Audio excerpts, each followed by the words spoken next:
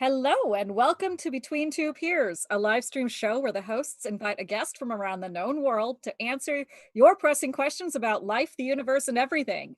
This week is sponsored by Lynchburg Lemonade, Heavy Jack, or just plain old Mountain Dew and Jack, because sometimes being a jack of all trades and able to mingle gets you into some interesting stories and places. I am one half of your original Broadway recording cast, Tulia O'Lori. I am a Laurel from the West Kingdom. I have been in the SCA for over half of my life, so I think it's stuck now. And you know, during COVID, it's been a real trial. We just got that notice that events are suspended until May 31st of 2021. So this is kind of the only place we have to like sit back and sort of pretend like we're all hanging around a fire pit at an event, shooting the shit with friends. So I hope you enjoy it as much as I do. And without further ado, I'm going to throw this over to my lovely co-host, Helga. Hi, I'm Helga. I am a knight, a pelican, and a royal peer of the West Kingdom. And I'm going to drop my favorite intro of all times. And I like dogs. Tonight, we have the amazing, the wonderful, the magnanimous Casca. Would you like to do an introduction?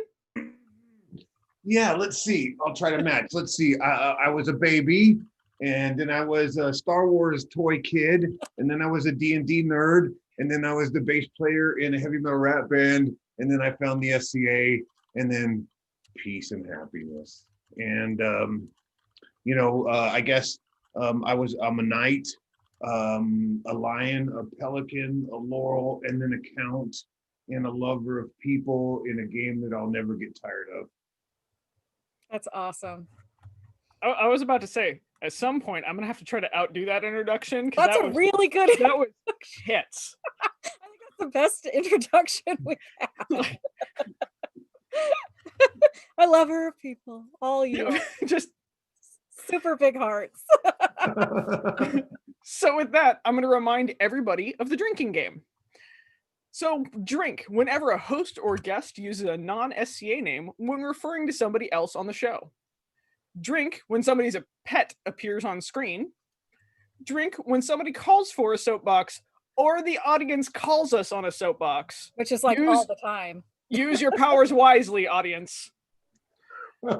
Drink when somebody mentions spite sprinkles or toe beans.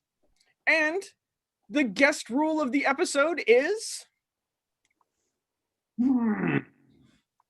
Whenever you fail to say something nice about somebody to conclude, we'll call it Southern rules.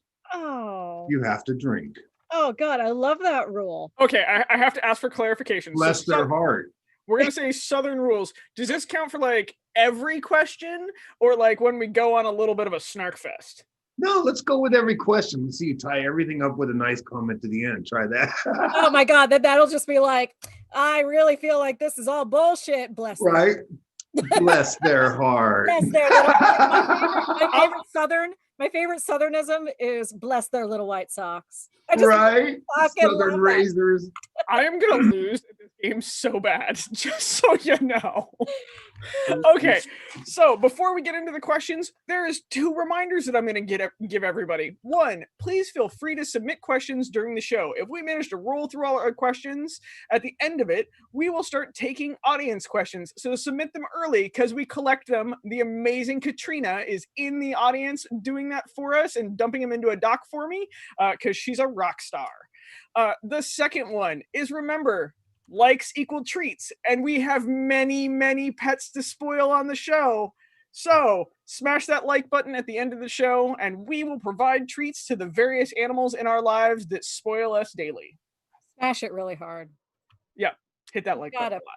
Yeah. So I don't know why my brain suddenly went there. So push it real hard.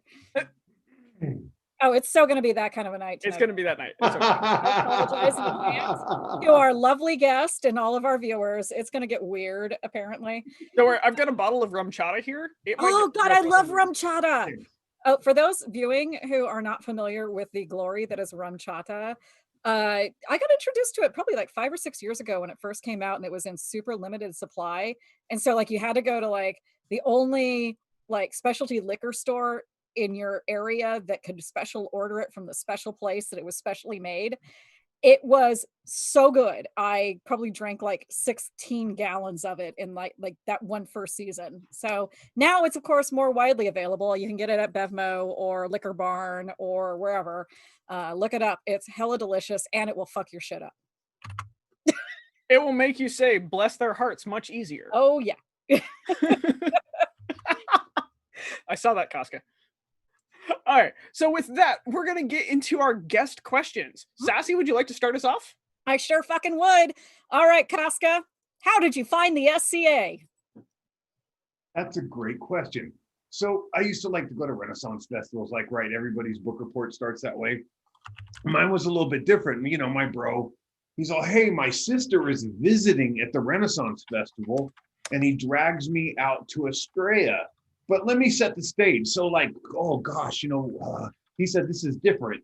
So I went and I found some like Indian, moccasins and cut the fringe off of them and got some sweats and found like a shirt and like cut the sleeves off of it and then cut a slit down it and put some holes in it, put like a leather thong in it. And then I think I had like some kind of a belt and I had some like leather gloves. And I'm like, oh, look, I got all this leather gloves. I have to tough somehow.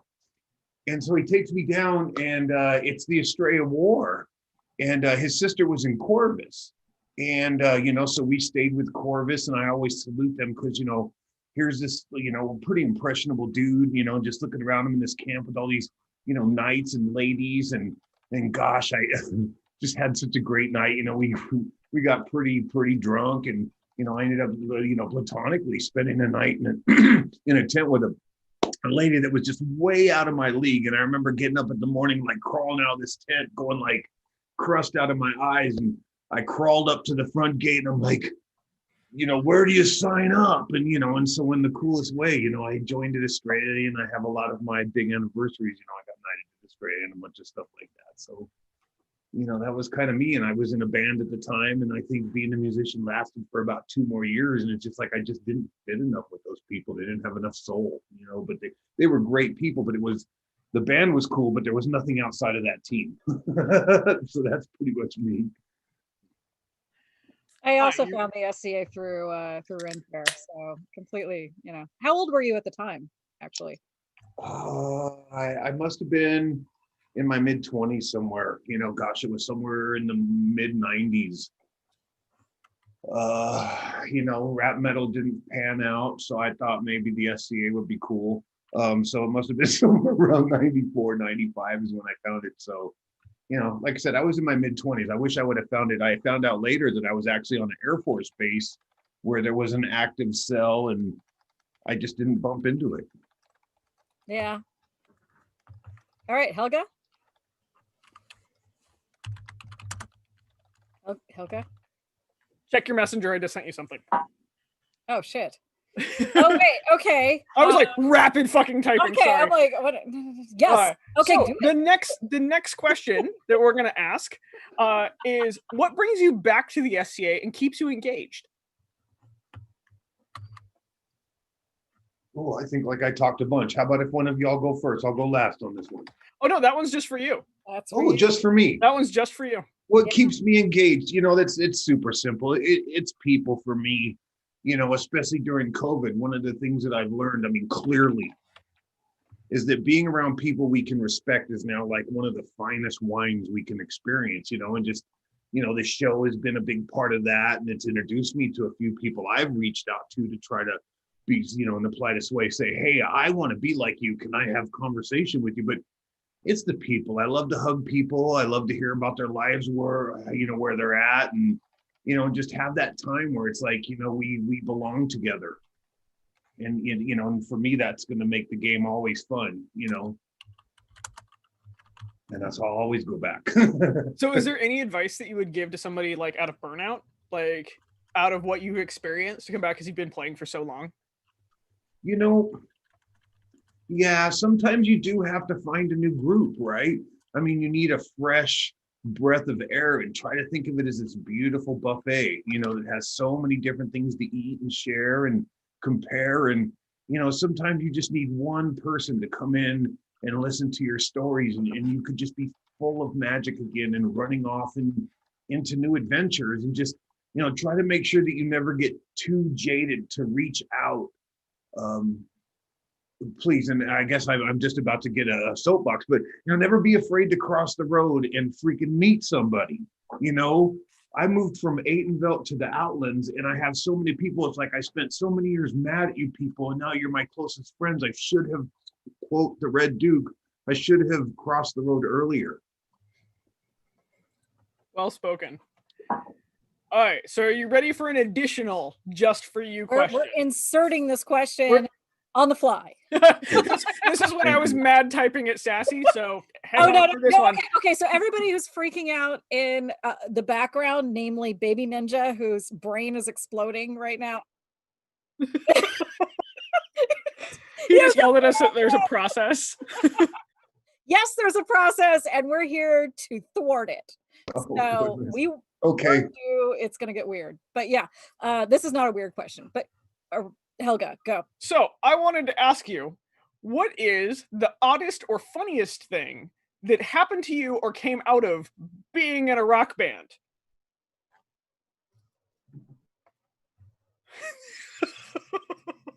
Holy cow. So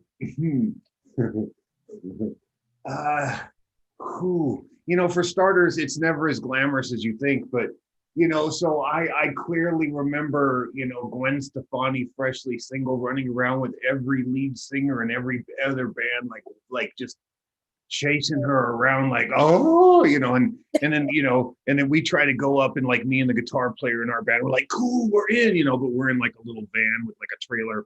And I remember going up to this bus, and I was like, and there's a note on the bus that says, no fucking long hair is allowed in this fucking band, in this bus, no matter fucking what. And me and him look at each other, and we're like, we're the only people with long hair on this. Back to the van. Let's see, what else did I see that was weird besides, the process with your drummer. My drummer just was really good with the ladies. And well, you know why? Right. Especially in a multiracial band, Oh, for sure. And so we're out in the middle of nowhere, and we're quote fingers again on tour, wasn't eating much, wasn't showering much. And he's got to call his mom from the middle of nowhere because he's kind of got the guacamole drip from all his friends. And so he's in the middle of nowhere. We can't eat, and he's got to try to get medical care for, what I'm saying, the guacamole drip. And what the fuck is the guacamole drip? When it's green and it comes out and it's bad. I just say that could gonorrhea, be any number of things. Any number of things. I'm like, okay, yeah. And so we're in the middle of nowhere. We can't even eat, and this dude's trying to get his genitalia to stop making dip. And that's about one of the weirdest things I've seen. I am not regretting asking this question. This is gonna be a great show. And I got one more really funny one. So we're driving between Tucson and Phoenix doing this thing, and there's this Waffle House, and we should have known something was going to go weird. We go up, and the W is burned out, so it's just the Awful House, right? And so we pull up into this parking lot, and we had rented this big old like caddy thing, and this is like the Voodoo Gypsies. It's like 3 white guys and 3 black guys doing metal rap in like the early 90s, right? That's amazing. And I said it's just amazing. Come on. And so one of our new backup vocalists had just got in the band, and he had got assed out. And so we're circling the car with like tambourines and shit saying, puke dogs in the fucking house. And we danced and had fun out there for a while. And we go into the Waffle House, and nobody would come out. And we were in there for like, gosh, I don't know, 15, 20 minutes. We're having fun. And nobody ever came out to serve us food. I have no idea why. So eventually we just get back in our cars and start driving back and drink. And we're getting the drinks. I wish you all could see this scroll across the screen. Every time Carrie says drink. I just that was a PSCA question, right? I would also like to note my squire just messaged me and said, Casca just killed guacamole dip for me. Impossible. Now, Sorry. Impossible. I mean, if you put your dick near my guacamole, that might make me question things, but like it would take a lot more to kill guacamole. What if it was actually prepared to stir it? I don't know. I'd like to see that on film. Maybe. I don't know. You could probably make money with that. Where were we going with the Waffle House and the guacamole dip? And I think the question was some of the weird things I had seen as a right. musician. I think I both covered weird and weirder. You make me so happy. You know? Okay, so with that, this is now going to set the tone of the show. And so I have a challenge for us because we actually picked some pretty like heavy-hitting questions for you. Really heavy-hitting questions. Because Casca was like, I'm going to answer some heavy-hitting. Yeah, you were just like, I'm going to throw down and mic drop this shit. We're like, all right then. Now I want to see just how often we can break each other with laughter while we're answering heavy-ass questions. And so that's a challenge to you, Casca, because I know that you can bring it. Okay, so, I'm on. Rolling into the questions. Sassy, I believe the first one is yours. This is from my lovely apprentice, Asa. What is your favorite piece of art that you've made for yourself and why? Oh, myself. Yes, you. You're like, shit, I hate talking about myself. All the friends I've made are my best art. No, that's a cop out. You know, right? Because I mean, I don't know what to say. I mean, like most of the armory, like you know what it's like to do art for yourself, and it's like I could tailor fit other people, and then I got to tweak stuff 5 times to fit myself. So, you know, I don't know. My helmet's cool, but I regret about 400 details on it. So I'll go with my helmet. It's cool. I made a cool helmet for myself. Yeah. His helmet is sexy as hell. Also a hidden gem in one of our shows. Wait. You know. Oh, right. During Missy's. Yeah. Yeah. Oh, no. During one of the ones, it's in the background of one of my episodes. My first helmet. Oh, your first helmet. Okay. That helmet is sexy and huge. Like, I think that's what you want to hear from every girl is, oh my God, your helmet is so sexy and huge. I honestly think there should be a drinking game rule for every time Baby Ninja calls phrasing in the background, which you can't hear, but we can. And I nearly snort my cocktail because he's right. That helmet is so sexy. We're doing phrasing, apparently. Anyway. Yep. Okay, so this is like my turn to answer. Favorite piece of art that I've made for myself. Actually, amusingly enough, it's gonna be my little like strapped heater. It's actually sadly the handle's on it wrong, and so I'm fighting with a different strapped heater now. But the art on it is an amalgamation of my knight's art, both of them, and mine, into like one smooth idea. And it turned out really cool. And it was a knighting present from Havak to me. He made me this. He was like, congratulations, you're a knight. Like, level up your shield, motherfucker. Stop sucking with your shield. Yeah, stop sucking with a shield. Here's a 13 by 16 heater to fight with that also weighs 7 pounds. And so and I got to fight with it, but the piece of art I put on it is like a mix of all of us, and that makes me really happy and like brings me a snarky level of joy. Also, it's the first time I tried a multi-layer shading technique that actually worked, that I use on my shields now today, because I only experiment on my shit. And so I think that's my favorite piece of art that I've made for myself. Cool. I think my favorite piece of art that I've made for myself, God, it's so hard because like every time I make something for myself, it's something that comes from, from within, like deep within. It's a thing that has tumbled around in the rock tumbler of my brain for a while and then just gets spit out, and it's kind of fully formed. And there's really, there were some like minor things or a little bit of hiccups here and there that I had to work with, and it looks great and whatever. It's not the complicated ones. Honestly, it's not the complicated, flashy ones that I actually think are my favorite for myself. It's stuff like actually, I would say like this coat is one of my favorite things that I've ever made for myself, and I made it.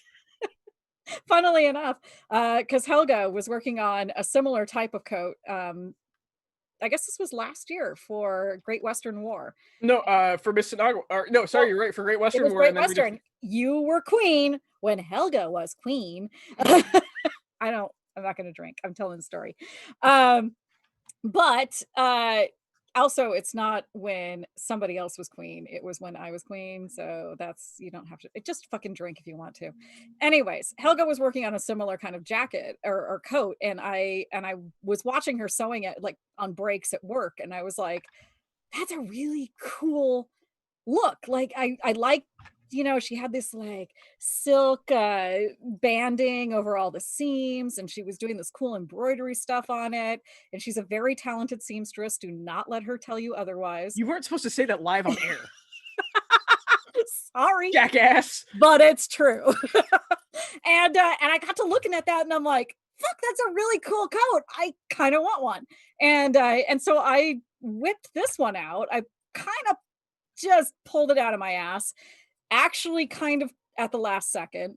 And I love this thing. It's so comfortable. It's beautiful. It makes me feel fabulous when I wear it.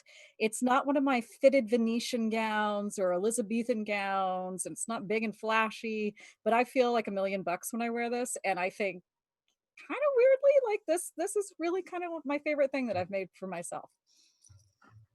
Art wise. All right, next question. Casca, this comes from Casca. Oh, Casca, this is Casca.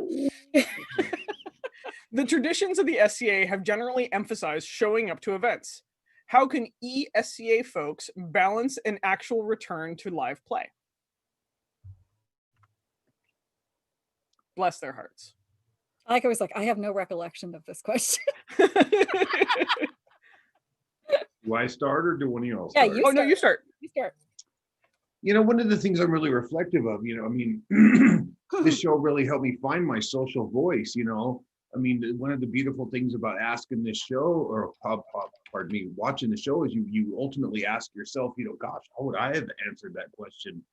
And so a lot of times, you know, I have to refer to have started some thought processes by watching your show. And then, but having watched it for so long, I also hear, you know, like I feel almost like a new culture is being integrated a little bit.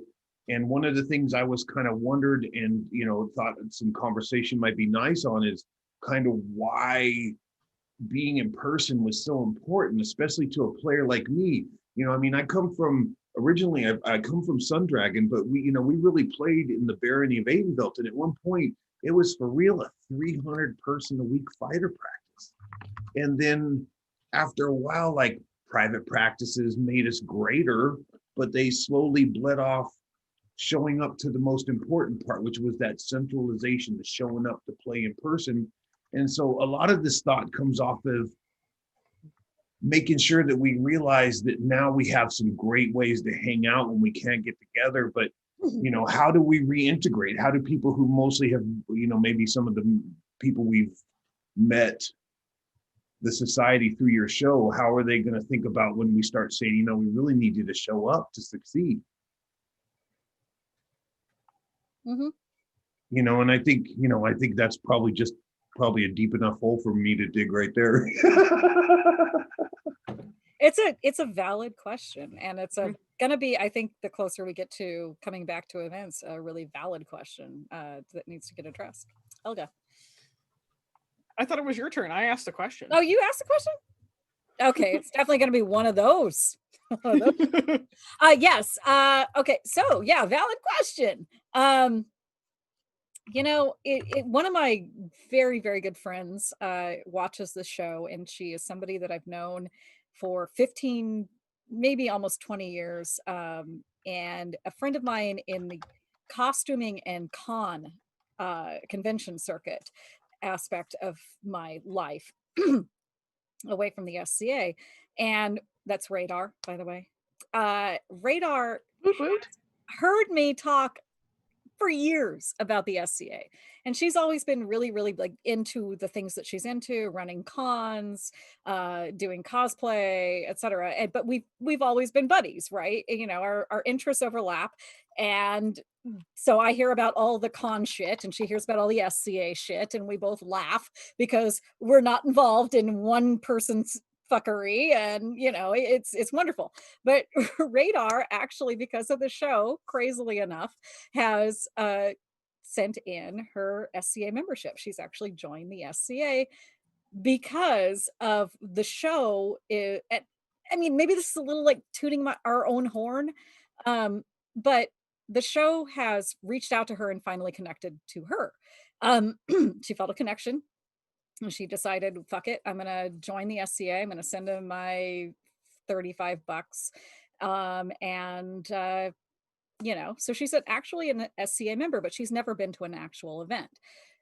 So I think about her all the time when I think about this question of how do I take somebody who, so I have the luxury of having known her for a number of years.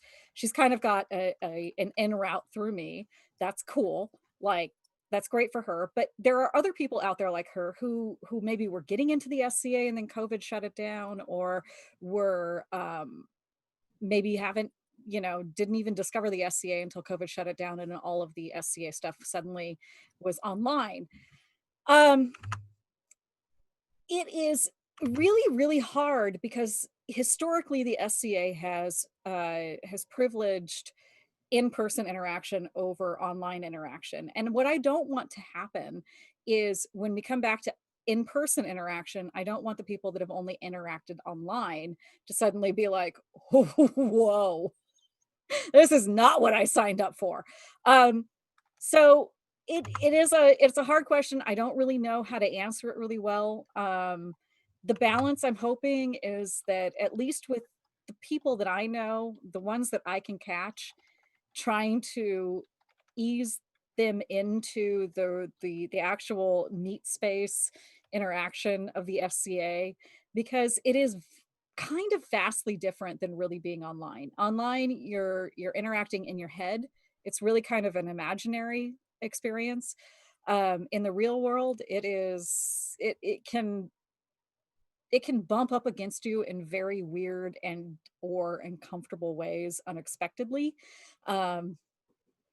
Hopefully, though, people watching this also have people like that in mind, that they can keep their eyes peeled for that, and try to help new people who have found the SCA while we're only allowed to do online interaction, and ease them into the real world interaction.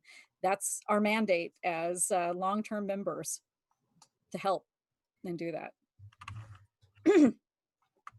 All right, let's see if I can actually answer this question. What I'm going to say is that we're going to all have to remember that we have gone from anywhere between 10 to 16 months of isolation, and so we've all developed really weird tics. It's kind of like having PTSD.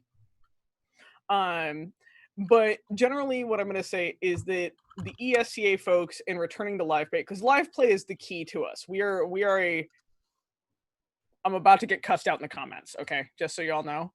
We're a live action role play. I believe that. We are. Yeah. And part of it is that we have now evolved. This has forced us to evolve in-person interactions and online interactions. And that's going to be key to remember, that we need to keep that. It's not going to be like, oh, we're going to shove that back into the vault. It's now something that is a part of our society. And if used right, can actually make it much better. And so I'm just going to say that when we all start gathering again, we're going to have to remember that, one, we've learned a lot about our fellow members in the last 11 to 16 months, because, well, we've gone through an election, a pandemic, race riots, and the stress of living in small boxes. And so we're going to have to remember to be kind, as well as reinforcing new boundaries, because it isn't just going to be like we turn back the clock, we forgot everything that happened, and now we're going to interact again. And so I'm going to say is, be kind to yourself, be kind to the other people, and enjoy the online interaction as well as the in-person interaction. Use both of them to reinforce the person that you want to be and the person that you are, and just thrive in that environment. And so I'm going to say that I hope that it actually makes the SC better and stronger. And then we're all just going to have to remember that there's going to be some transitional changes. So be nice. Damn it. Otherwise, I'm going to Nice, tell fuck you you. that you're as sweet as a green persimmon. Ooh, that's a good What a one. beautiful discussion. Thank you. It always sounds weird when non-Southerners try to use a Southernism. No, so Lance Holf can use Southernisms like a boss. Oh, yeah. You know, I think I just would.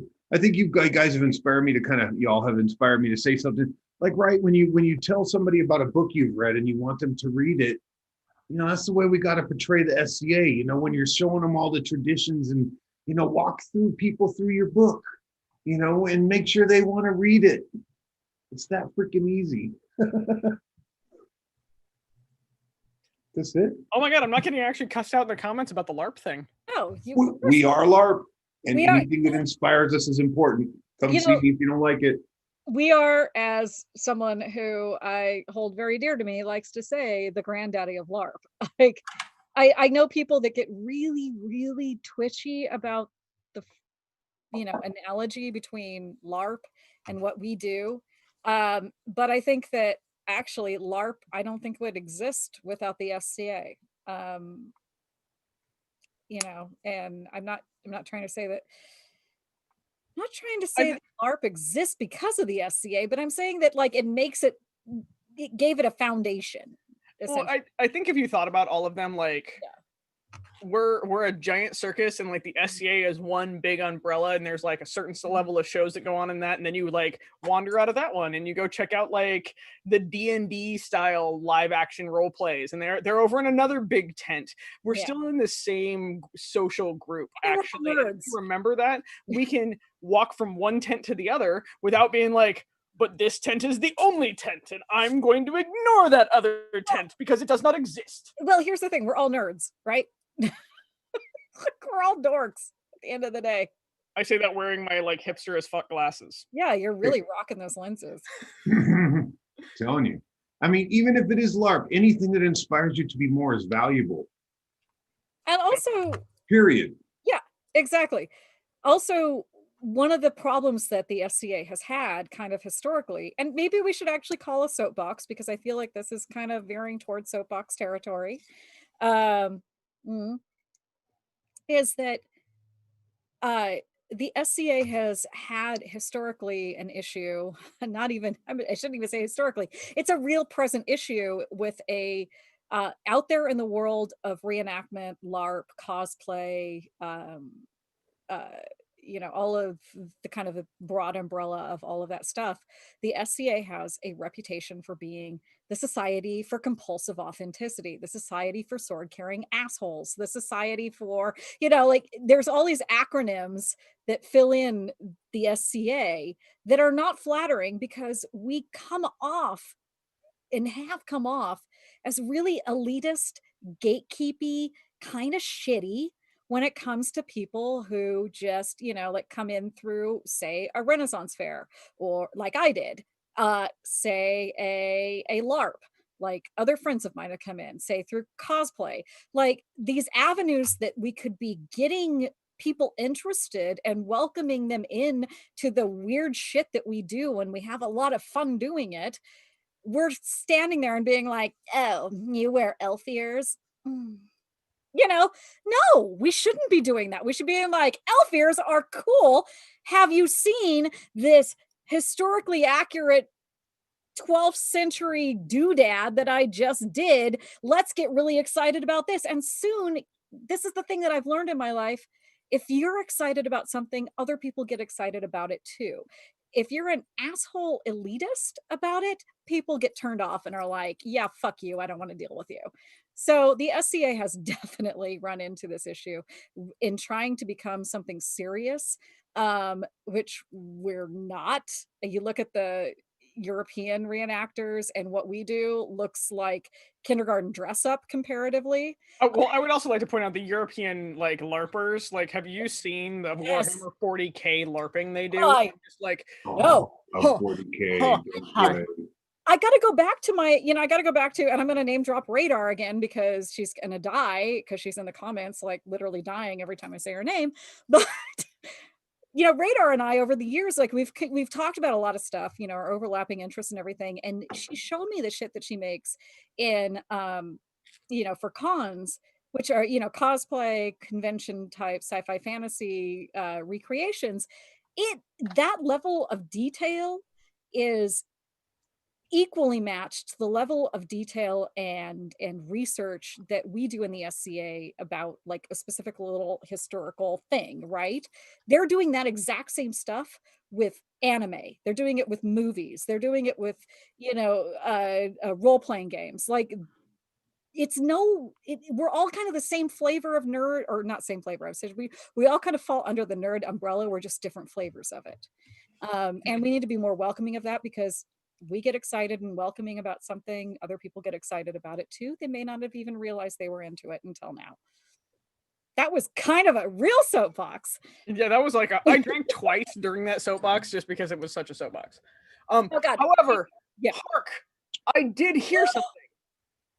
Splashing? Splashing! Oh, a solid question. What is your favorite Christmas movie with a follow-up? I know. Does there need to be explosions for it to be good? I mean, maybe. Gosh, isn't Gremlins a Christmas movie? Is it? Yeah, I think I'm gonna have to go with Gremlins. I haven't watched Gremlins since I was like 8. Right. Home Alone is also just straight a test of endurance, right? I mean, just like Letterkenny, those guys were committed to succeed through pain. Embarrassing. Sorry. Letterkenny is the best. Also, the Lady of the Lake 100% agrees with you with Gremlins. I never heard anybody bring forth Gremlins as an actual Christmas movie. I like this. Seriously, I'm gonna cheat and totally say Die Hard. That's not a cheat. That's valid. I mean, I've painted a shield in like honor of that damn movie, so I can say that one's totally a Christmas movie. Also, I'm gonna hark to the childhood of The Cowboys is a Christmas movie for me, because my dad and I always used to watch The Cowboys is one of his last movies, and we watched that religiously every Christmas. We're getting actually a lot of people in the comments like totally psyched about Letterkenny. So at some point, maybe we should make a drinking rule game about any time we make a Letterkenny reference. Oh my God, everybody drink. 10 for good, buddy. I see it. Helga could be our Bonnie McMurray. Oh my God. Nope, Helga's 100% Tannis. Oh. 100%. Burn down my fruit stand. Yeah. I'm Gale. I know for a fact, and I'm totally comfortable with this. I am completely Galer. Oh, what a weird one to take. Oh, I am so weird. Can you put us? Can it be two boots? For me, my right? No, my Christmas movie forever. I mean, there's so many really good ones to pick from, like Muppet's Christmas Carol, Christmas Story, like just super quotable, like totally great. But mine will forever be Christmas Vacation. And my favorite reference ever is Shitter is Full. And I've sent Christmas cards with Shitter was Full on it to people. Christmas Vacation. Like, you haven't watched it, I don't know what you're doing with your life.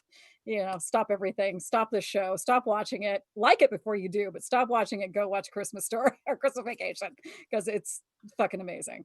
So yeah. Nice. Well, with that, Baby Ninja, do we wish to run commercials, as we are 40 minutes? I wish to.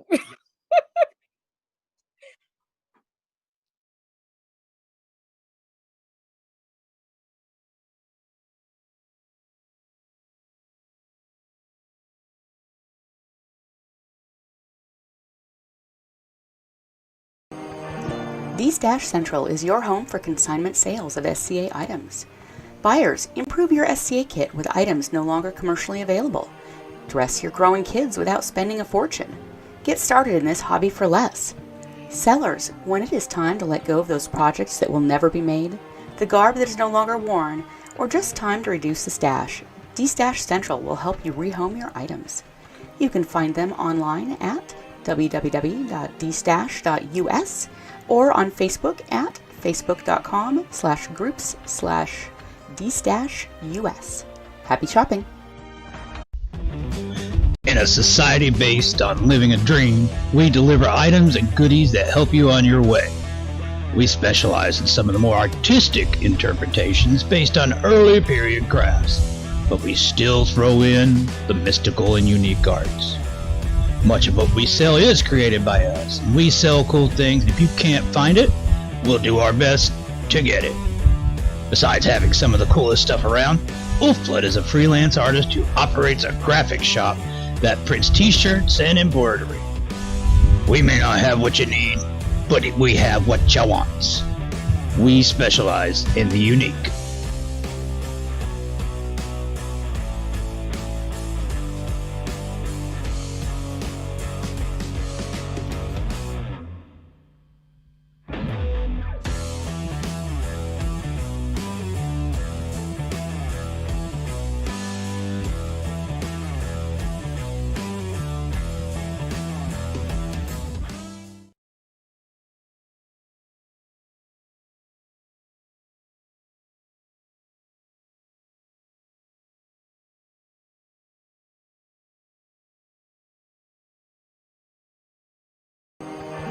D-Stash Central is your home for consignment sales of SCA items. Buyers, improve your SCA kit with items no longer commercially available. Dress your growing kids without spending a fortune. Get started in this hobby for less. Sellers, when it is time to let go of those projects that will never be made, the garb that is no longer worn, or just time to reduce the stash, D-Stash Central will help you rehome your items. You can find them online at www.dstash.us or on Facebook at facebook.com/groups/dstashus. Happy shopping! In a society based on living a dream, we deliver items and goodies that help you on your way. We specialize in some of the more artistic interpretations based on early period crafts, but we still throw in the mystical and unique arts. Much of what we sell is created by us, and we sell cool things. If you can't find it, we'll do our best to get it. Besides having some of the coolest stuff around, Wolfblood is a freelance artist who operates a graphic shop that prints t-shirts and embroidery. We may not have what you need, but we have what you want. We specialize in the unique.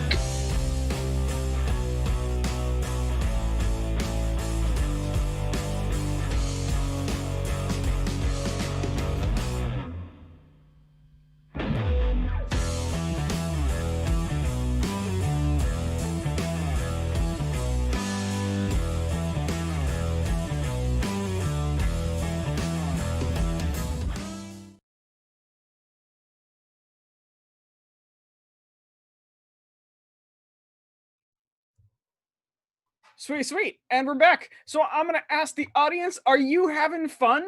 Are you enjoying the show? Please make some noise in the comments, because we can only do it through our keyboards, for Casca, who is making this show just an epic time. Oh, goodness.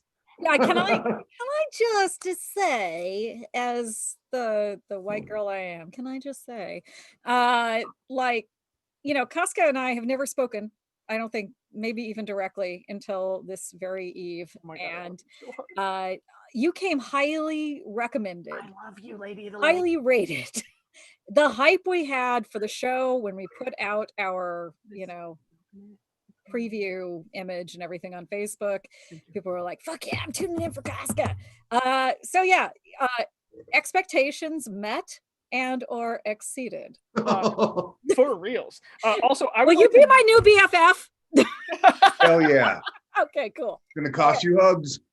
Also, I want to note that I just want to love on the Lady of the Lake for a minute. She delivered me a hot cup of coffee. Oh, so I can put my remchata in it.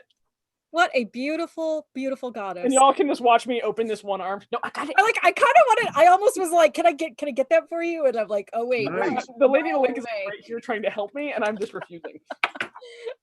She's like, I can do it. I can do it. She Also, while Helga is pouring her RumChata into her coffee that the Lady of the Lake beautifully made, because believe me, Lady of the Lake makes a beautiful coffee.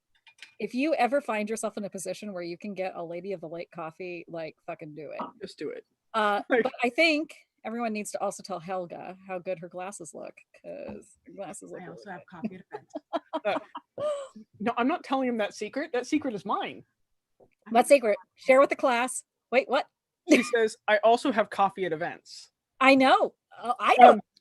So I would like to note that she actually got the entire Shiv Council furious at me. Fucking furious. Because so we do the bath. Like, and the bath Was this when Alice was queen? No. So Alice wasn't queen. I was getting knighted. So we wake up with the sun. We do the bath thing. And then we get done with the bath. I am soaking wet in the cold. And I step out of the bath, and here comes Alice, and she just walks through this circle of knights like she fucking owns the joint, and hands me a beautifully warm cup of coffee, like mixed to perfection, also like this big. It was the biggest cup of coffee ever.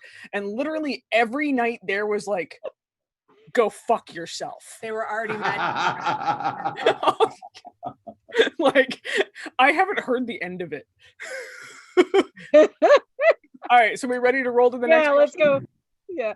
Okay, so the next question is yours, Miss Sassy. Oh, wow. Okay. This is from Anonymous. Why is it not okay to say you want to have a peerage? Loaded question incoming. Well, if I'm going to start that ball, Yeah. I'm going to say that claim.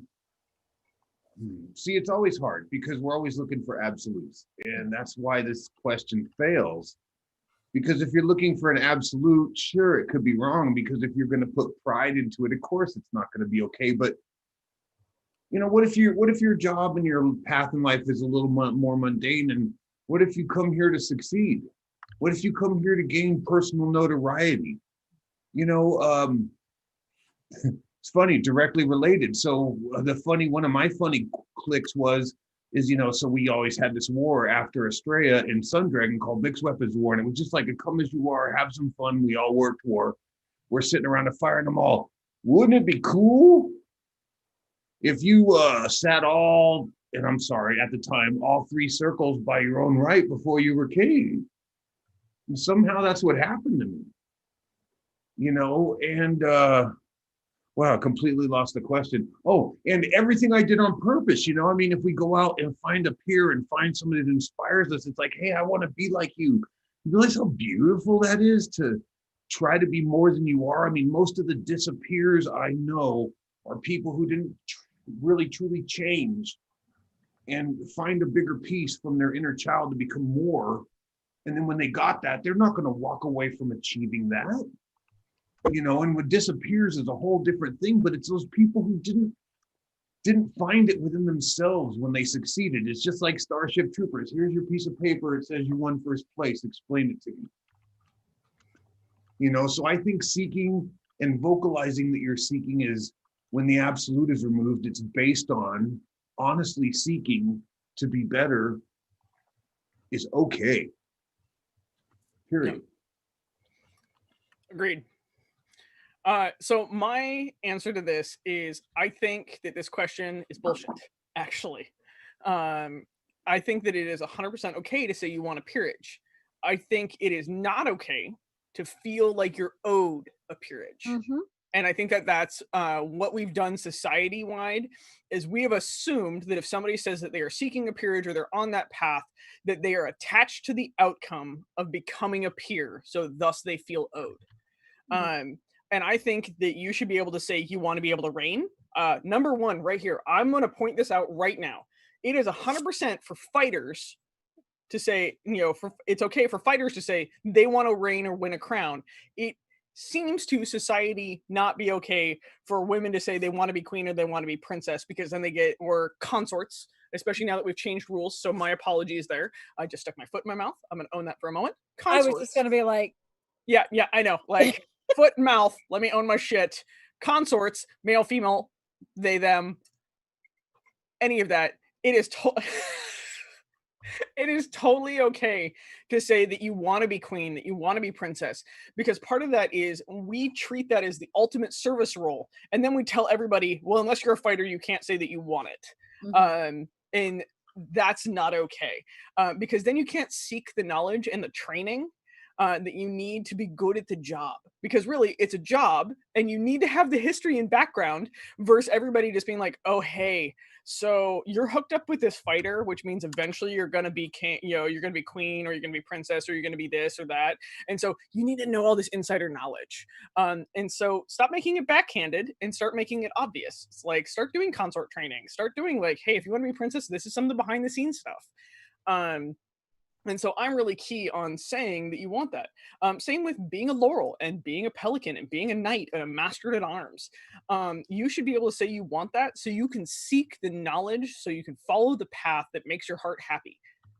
Don't become entangled with the idea that you should be a peer because you're on that path.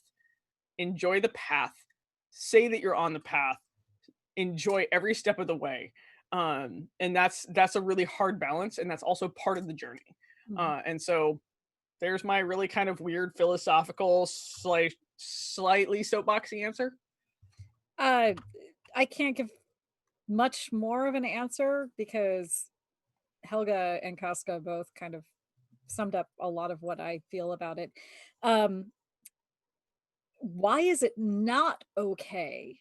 That is an interesting thing to dig into. I can't do that in the space of like 5 minutes, so I'm really not going to even try, but I will kind of just say that I think that there's a lot of gendered expectations. Helga touched on this, a lot of gendered expectations about hubris and pride and humility, and how humbleness and humility is a virtuous, aka feminine trait. And Carius has jacked our little shit up again, but I'm gonna keep talking. But but all that aside, we can try to break that down. We can try to dismantle that as best we can and identify it when we see it. I think Helga is 100% correct when she says that it's about entitlement. Do you feel entitled to a peerage or a specific peerage or something because you deserve it? That is a different thing than saying, I aspire to being a specific peerage. A saying that you want to be, and so like the easy shorthand is saying, instead of I aspire to be a thing, I want to be. Like I wanted to be a Laurel. I wanted to be a Laurel. I didn't feel entitled to be a Laurel, but I wanted to be one. But I felt like it was not okay to say even that. It was really hard to even admit in a public setting that this was a thing that I desired or I aspired to, because it got so convoluted with the idea that saying that out loud meant that you deserved it. I didn't think I deserved it. In fact, I still don't think I deserve it, because deserving of something as highly thought of as a peerage, like, you got to be kind of a sociopath to think that you fucking deserve that shit. Because most people are like, oh great, I've got this peerage shit, oh fuck, what do I do? And have like a crisis about it, and it's a complete like mental breakdown period. There's a whole bunch of stuff that goes into becoming someone who has been offered a peerage and then newly elevated. And do I really deserve this? Is this something I really I am deserving of? Have I earned it? All of that. Not now, I will say, like, a very small percentage of people probably are like, sure, totally deserved it. In fact, should have been like 6 years ago. But that's a very small percentage. So what I think the SCA needs to kind of recalculate or recalibrate with is the idea of saying that you want something doesn't necessarily equate to saying that you deserve it. Saying you want to be a knight, go you, strive for that. that's cool. That is something to work towards. That's a goal that gives you purpose and meaning in your activities. That's a cool thing. Saying you deserve to be a knight, like, fuck off. Come on. Like, nobody deserves anything. It is a really hard, kind of weird thing with the SCA where it comes to that. But that's my answer. Nice. All right. The next question. We ready to roll on? Oh, we're ready to roll. Awesome. Petrona? Was that me? Is that right? Oh, Petrona, yeah. Petrona. Okay, cool. Like, actually, I try to like make the E longer in it than it should be. Like every time, like there's. Well, I don't know if it's Petrona or Patrona or Petrona. Yeah, it's Petrona. Sorry, That's I where I'm murder going. everybody's names. It's like we should make a drinking game every time Helga murders a name on the show. Anybody murders a name on the show. It's not just you. Yeah. So, any thoughts on how to be an effective and engaged mentor in a remote environment? Very good question. Sure, it's going to be contact. And setting the example, the hardest part, dare you to write that on something and try to live it. Everybody's going to fall down eventually, but as stupid as it feels now, like I came up in the barony of Sundragon to live it, which everybody's going to fall down eventually, but hilariously, as stupid as it feels now, like I came up in the barony of Sundragon to live it, which everybody's going to fall down eventually, but hilariously, as stupid as it feels now, like I can't. That's not just me. Sweet. So No, I can't. I just muted Curious. Thank you. I came up in what was considered like a remote barony at the time, and we're talking about remote 10 miles, right? And so oddly enough, it's about getting attention for yourself and the people around you. And I mean, do you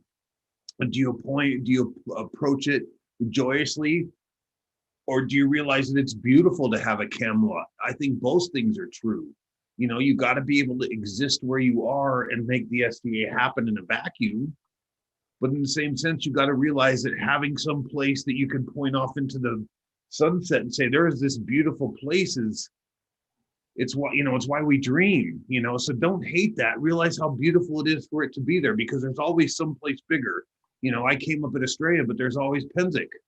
And there's always something bigger and something more beautiful. And so, like I said, I will pretty much stop at that. There's always something more beautiful. All right, I'm just trying to answer questions. Okay. In the chat, it's hard where you see Helga and I both like furious. Oh goodness. We're answering questions in the chat. So how to be effective and engaging mentor in a remote environment. I suck as being a mentor in the non-remote environment.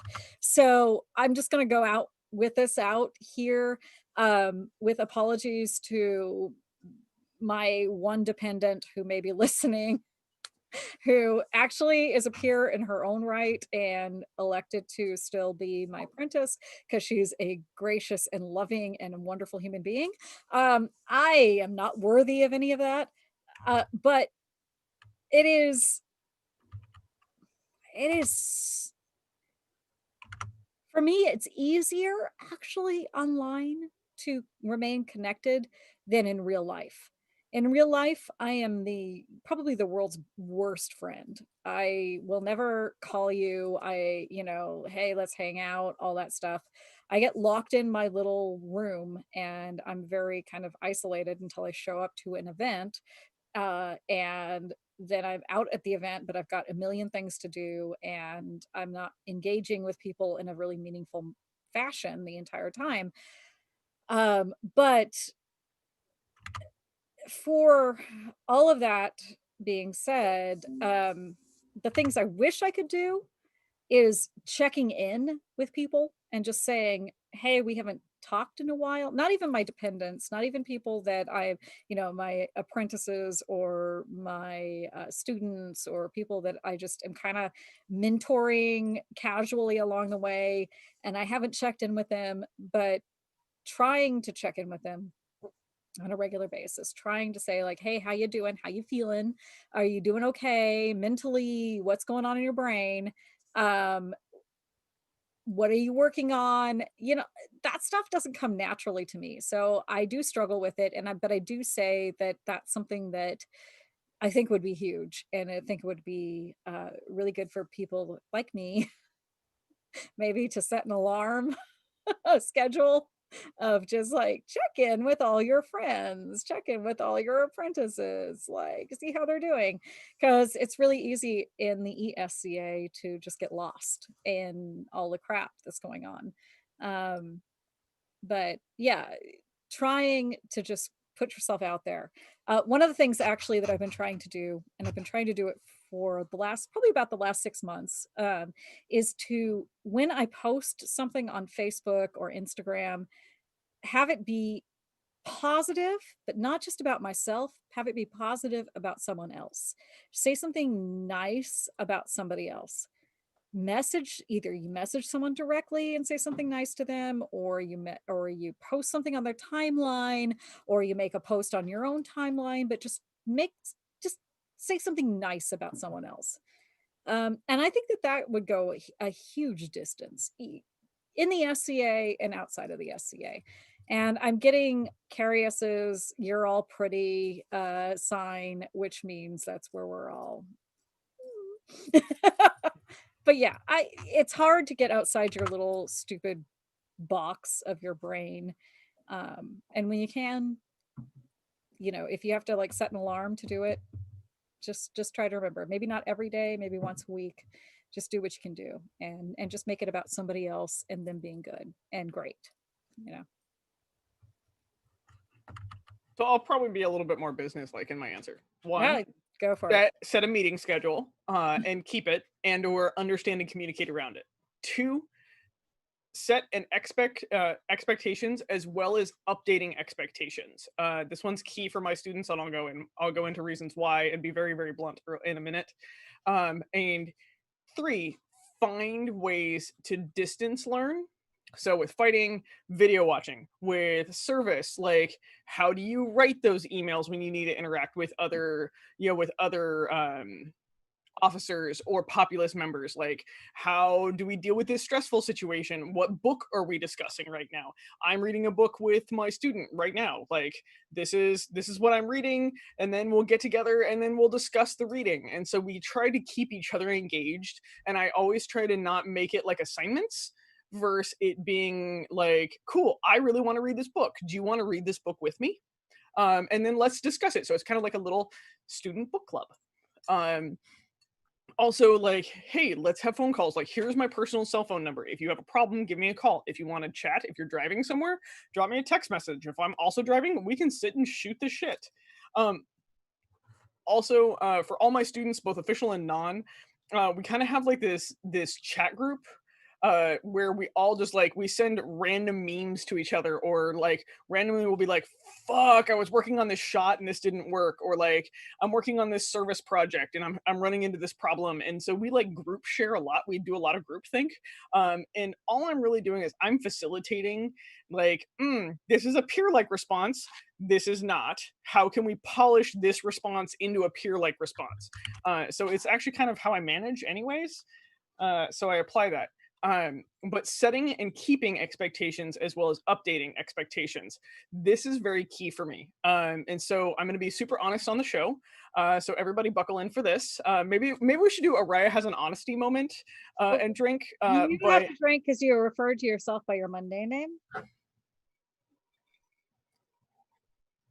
Also, Ronchata is amazing. Mm-hmm.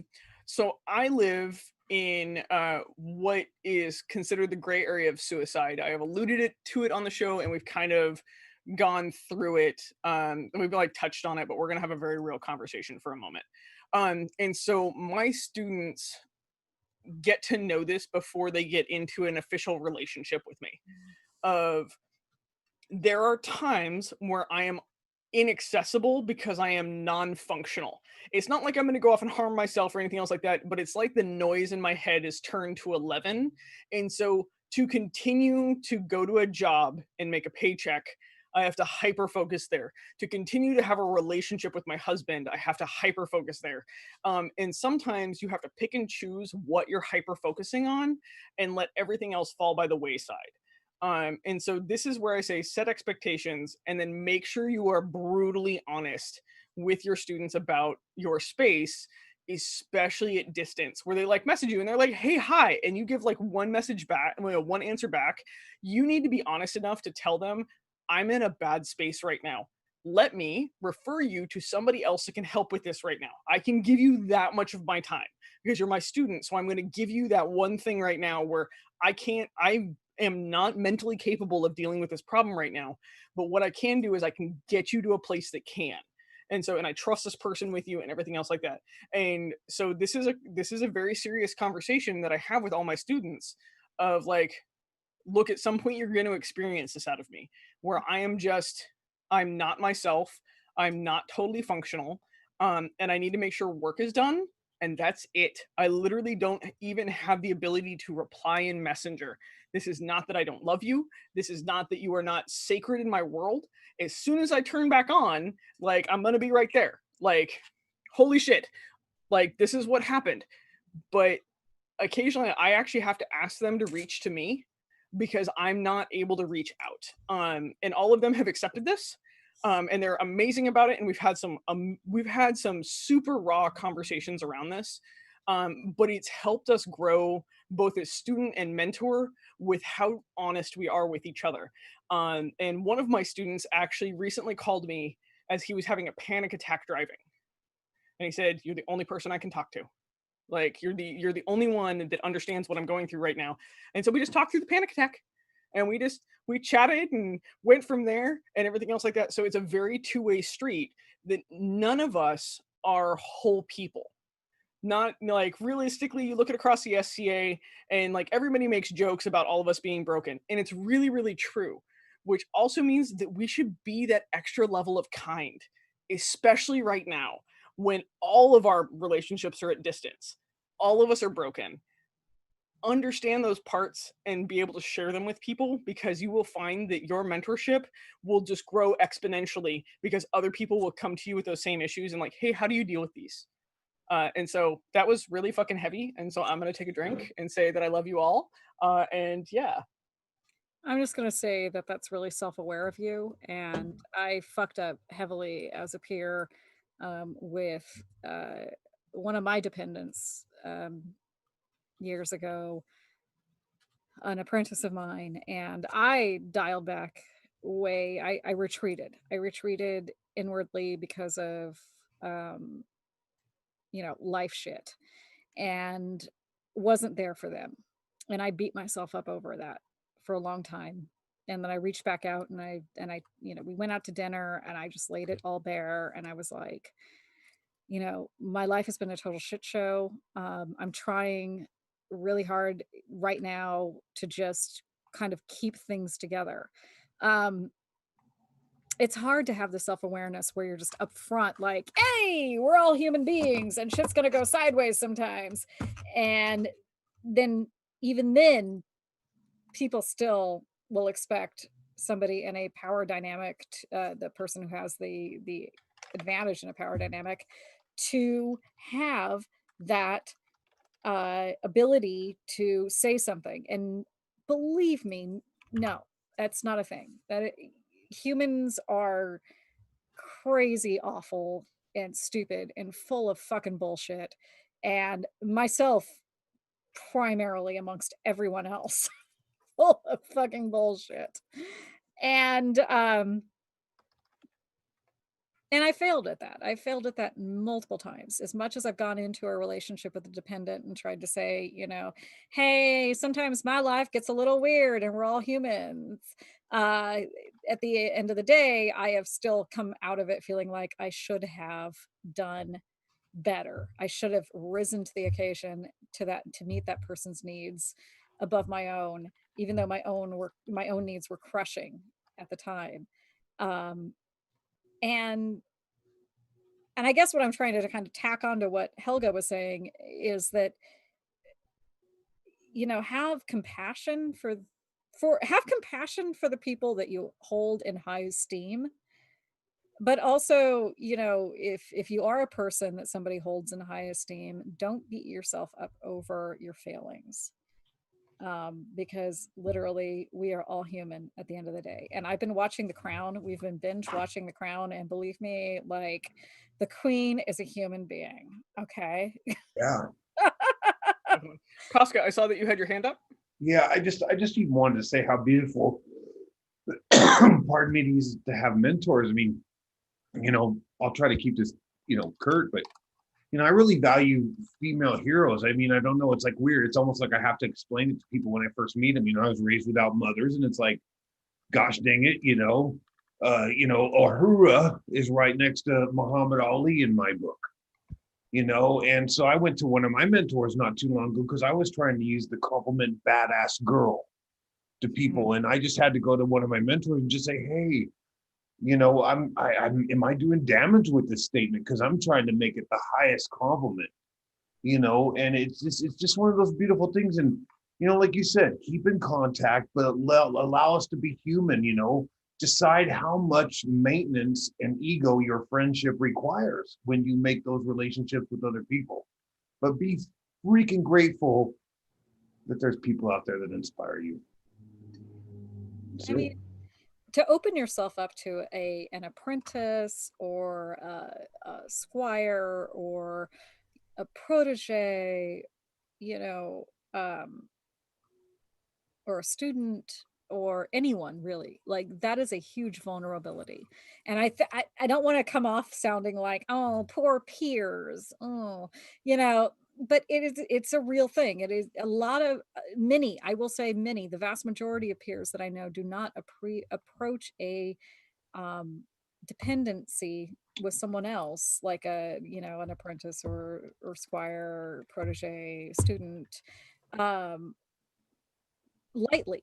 It is not something that any of those people take lightly. They take it as if you're kind of entering into, I wouldn't even say a relationship. I'd actually say like a marriage with someone. You're trying to find somebody that you actually click with, that you try, at the end of the day, you are willing to cut and bleed for this person.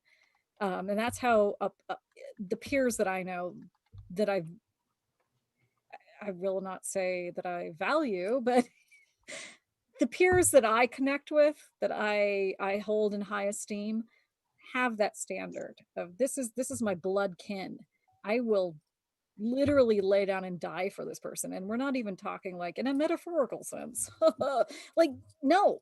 So it is a real thing, and it's something that is really hard to enter into. And I think I've done it 3 times since I've been Laurel. 2 times haven't worked out. One was spectacularly bad. The other was a mutual agreement to stop.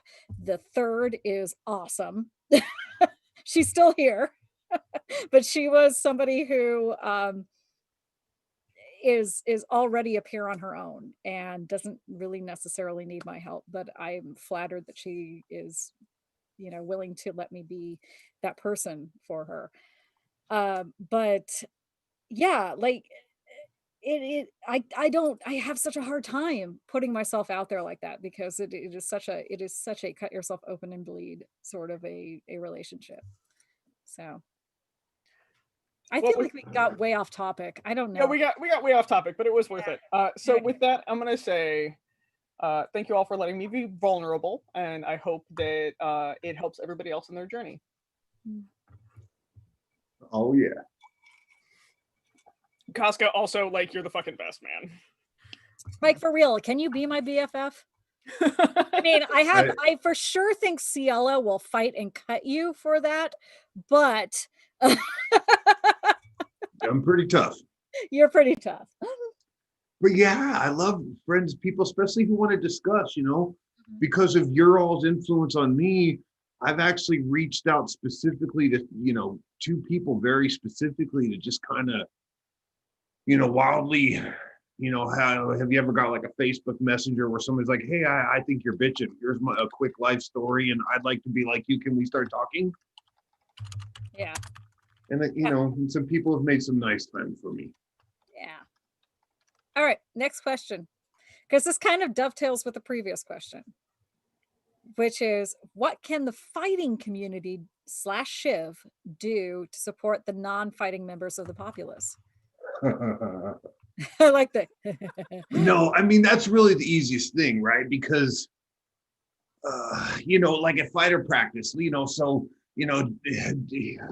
skip forward a couple fighter practices. Somehow, he's finally gotten the borrower armor and the loaner armor, and he's out there beating the stuff out of people. And I'm looking around the edges for the family, and my favorite stories are to go over there and like find the family and say like, hey, I met my wife here. I raised my kids here. There's arts here. Everything is recreated. Everything is done here. This is an atmosphere where you can bring your family, and it's weird, but we get to beat up on each other and say like, wow, that hurt. How did you do that to me? And, just to make sure as the fighting community to realize how many beautiful things support us and how much we have to inspire. And remember, again, this comes out of, everybody's need to kind of pursue that hero or heroine or that person they wanted to be as a kid. And we actually are a place where that happens. That's why every LARP is beautiful. That's why every Civil War reenactment, if it makes you just not want to, stay in one place and do one thing and turn into a couch plant, it's beautiful. And so, again, that's the thing here as fighters, we got to realize if we want to have fun here, the reason it was fun here is because there were beautiful relationships to be sought, both personally, romantically, and to make sure that, the people that come around are coming into a safe atmosphere where everybody gets a chance to seek within themselves. Mm-hmm. Wow, Hallmark card. I was about to say, Hallmark drink for Casca dropping a Hallmark card. What I can say is that the fighting community should work on respecting the rest of the community in the same way that we wish to be respected. Mm-hmm. So the fighting community is, I made this analogy and I'm probably going to stick my foot in my mouth. And so hang on for this ride. I'm sorry. I made an analogy the other night while I was talking with a friend of the SCA is like a circus, and the heavy fighting community is kind of like having that mid-session lion show where everybody's like, oh my God, it's the lions. This is amazing. But the show is made up of so many other people and other aspects. There's all the other performers that are there. There's all the other things that realistically, that if all those other performers weren't there, that mid-level show would not be anywhere near as cool. That mid-level show just has the hype. And we need to remember, as the community that kind of has like the gladiatorial hype, is to gift that back, because we're actually the only ones that can really gift that hype back to the other communities. So we need to remember to go show up to the other classes, to walk in as humble students, to be like, hell yes, I'm going to go take a weaving class, or like, I'm going to sit there and I'm going to learn how to do a new head wrap and feed the ravens, or I'm going to go over here to this brewing class, or, yes, I'm going to go sit gate. And we need to be loud about it. And we actually need to be louder about it than the rest of the SCA, because this is how we gift the hype back. Because we have the platform, we should use it. That is our privilege as heavy fighters. Remember to use it responsibly. I'm gonna kind of piggyback on what Helga said, but also make it very specifically a Western thing. So in the West, drink. So in the West, we have a tradition called roses, and it spread to Atenveldt. It spread to a number of other kingdoms wonderfully. Like, that's a really cool thing. So roses is basically they're people or fighters who aren't in the main tournament during a crown can fight side fights and on the edge of the Eric. And those fight, what they're doing is whoever is the victor is the winner, and tells the one who didn't win to get a rose, normally from the queen. Also happens during principalities as well, from the princesses, and give that rose to a specific person. And I see, and this is somebody, speaking of someone who's been in the SCA for a very long time, over half of my life. Actually, very long time is very relative, but yeah, for sure, over half of my life right now, I've been in the SCA, and I haven't had a fighter for a very long time in my SCA career who was someone who was fighting for me. I never got a rose, and I always was thinking like it would be really cool if a fighter who was fighting in the roses would, give me a rose. Um, but normally fighters who are fighting in roses are getting roses for their consorts, which is wonderful. That's a wonderful gesture. You normally you'll see consorts standing there with like, a dozen roses, and that's because, their fighter has been besting people left, right, and center. And they've been able to, get all these roses for this particular consort. There are so many vastly just number of people out there that aren't that one person, that one rose would really make their fucking day. And so it's a really specific thing. It's a really minor thing. It's not a very broad grand scale, how can fighters make, non-fighters whatever. It is really like when you go out there, if you're a fighter and you're fighting in roses, which is a very specific thing that's not in every kingdom, uh just say, I've got the last like half a dozen roses for my consort. This next one's going to be for somebody who I think is doing a really kick-ass job doing whatever they're doing, who is not the person they're fighting for. Not the person that you're swearing, fealty to or allegiance to, or whose heart you wear on your sleeve. Like, just look past that and give that person past that. The person standing behind that, your consort, the person who is running the event, the person who is picking up garbage while everybody else is doing the hard work, the person who's just standing there at the sidelines. Like, just make them feel special for like a second. I think that is a huge thing. As somebody who watched roses happen and never got a rose for a long time, I could still count on one hand how many roses I've gotten in my life. Just yeah, just try to look beyond that. And I will dial that a little bit back and say that's my advice for most peers, for most people with a coronet, for anybody who is in the know and is cruising along in the event. Just recognizing that person who is just outside of your boundary, your circle, your awareness, looking past that and seeing that person that's doing something cool, and just recognizing them, saying thank you, giving them a ring, giving them a hug. I don't know, like just making that person feel valued. That's my answer. Okay. Agreed. Can we please move on to another question? I was just about to say. So, are we ready for the next question? Yeah, I mean, I feel like awkward silence just happened. I mean, we were all just staring at the cameras, just like, keep going, Tulia. I do cherish the 2 roses I got from you, Helga. Well, after I sent one to your man first. Remember, hugs are roses we can give without tournaments. True. Super true. That's true. You're right. Yeah. And so, like, on the roses thing, just for a moment, and then I'll read the next question. Is so, like, Hans and I have a thing that we're allowed to send each other 1 rose, and then after that, it's free game. So we like try to send them to Gate and List, and like that person didn't have a fighter today, and like let's go have fun. But and also, like, one of the things that we try to do is like, does that person look like they're having a grumpy day? Well, cool. Maybe a rose will help.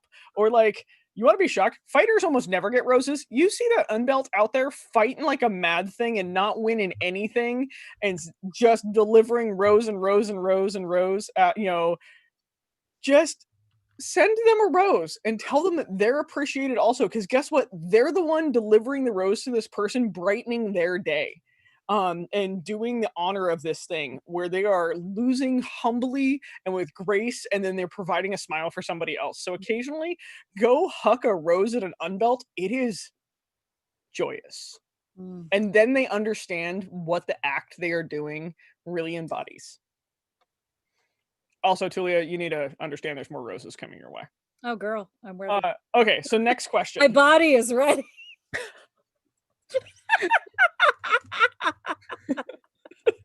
Now we're getting there. I would sign that cleavage. Oh, I bet you would, girl. I'll bet you Oh, would. shake and bake, baby. Okay. Next question. This one comes from Constance. Yeah. Who is your forever crown? That is the crown that represents who it is to be the royals in your world. Oh, wow. For me, it's going to be His Majesty Bela. I've seen him do a lot of hard things. I've seen him make decisions that wouldn't make people popular. I've seen him embrace the beauty of the crown, but also be willing to be the villain to do the hard thing. So I'm just going to go with His Majesty Bela because I'm always moved by him. I think his service as a crown is exemplary, but everybody wants to be the good guy. Everybody wants to give the awards, but what happens when there's really something hard to be done? The fun saying, everybody wants to be king or queen until it's time to do the hard shit. That's my answer. Bela, all the way. Bela. Would you have a queen that would embody that for you? Gosh, dang. It's hard for me to not go all old school with that, but am I going with my lady's a cop out? You could just name her, but then say, not my lady. I've been enchanted by, a lot of crowns, but, really, I'm going to go back to that first Baroness I was Baronial champion for. Rowan, she was the height of a lot of aspirations for me and a lot of ideals as a champion that put me on the path that put together the package that you see now. And so she may not be my forever queen, but I'll be darned if our Baron and Baronesses aren't important. She inspired me to everything I am now, and some of the ladies that came before her as well, So I'm going to go back to my Baronesses and say that I was inspired from the beginning and I was lucky for it. Nice. Big. This is such a hard question, and I picked it, and I'm mad that I have to go now because the way the order went. I was hoping I could have the last, go last. So I prior to becoming intimately involved with how the sausage is made, the people who reigned were not integral or a thing in my world. Even as recently as maybe 10 years ago, I was very much like at Crowns. It was an event that I went to do my nerdy thing and hang out with my friends, and then this tournament happened and it had no bearing on anything of my life. I do feel like, there are kings and queens that are better at it than others, but nothing has ever no one has ever, this is gonna sound shitty, no one has ever stood out in the role of king or queen where I'm just like, yes, that is how you do it. That is mic drop, like fucking quit, don't even try, everything's over, pack it up, go home. These people are it. Like, no, there are people, there have been kings, there have been queens throughout my 27 years in the SCA where I'm like, wow, nailed that one. You really are cool. And all the other stuff also was less cool. So I feel like I know like way too much about how things are done to have like that shiny-eyed idolization about that person who will always be the embodiment of the thing, because I become friends with that person and I know the shit show that they actually are in real life. And I can't be like, yeah, you're like the coolest. I'm like, you're just as crazy and fucked up as I am. I'm not specifically talking about Helga, but I may also be referencing Helga. But What I will say though is it's not, I know, right?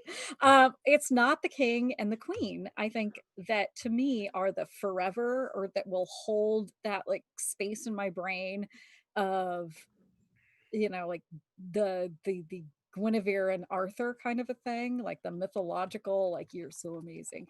It's the principality level. It's actually the principality level that where it's the holy shit, you completely were just graceful and or chivalrous or whatever, like that, even though it's quote unquote a step down from the king and queen, from the crown level, the coronet level, the principality level is where I'm looking at the people that are doing actually kind of the real like wonderful job of being the Disney prince and princess of the West Kingdom. It's not the king and queen. They've got to deal with all the bullshit. It's the prince and princess. It's the principality level. And that those people to me are the people that the people that kind of occupy that vaunted level in my life.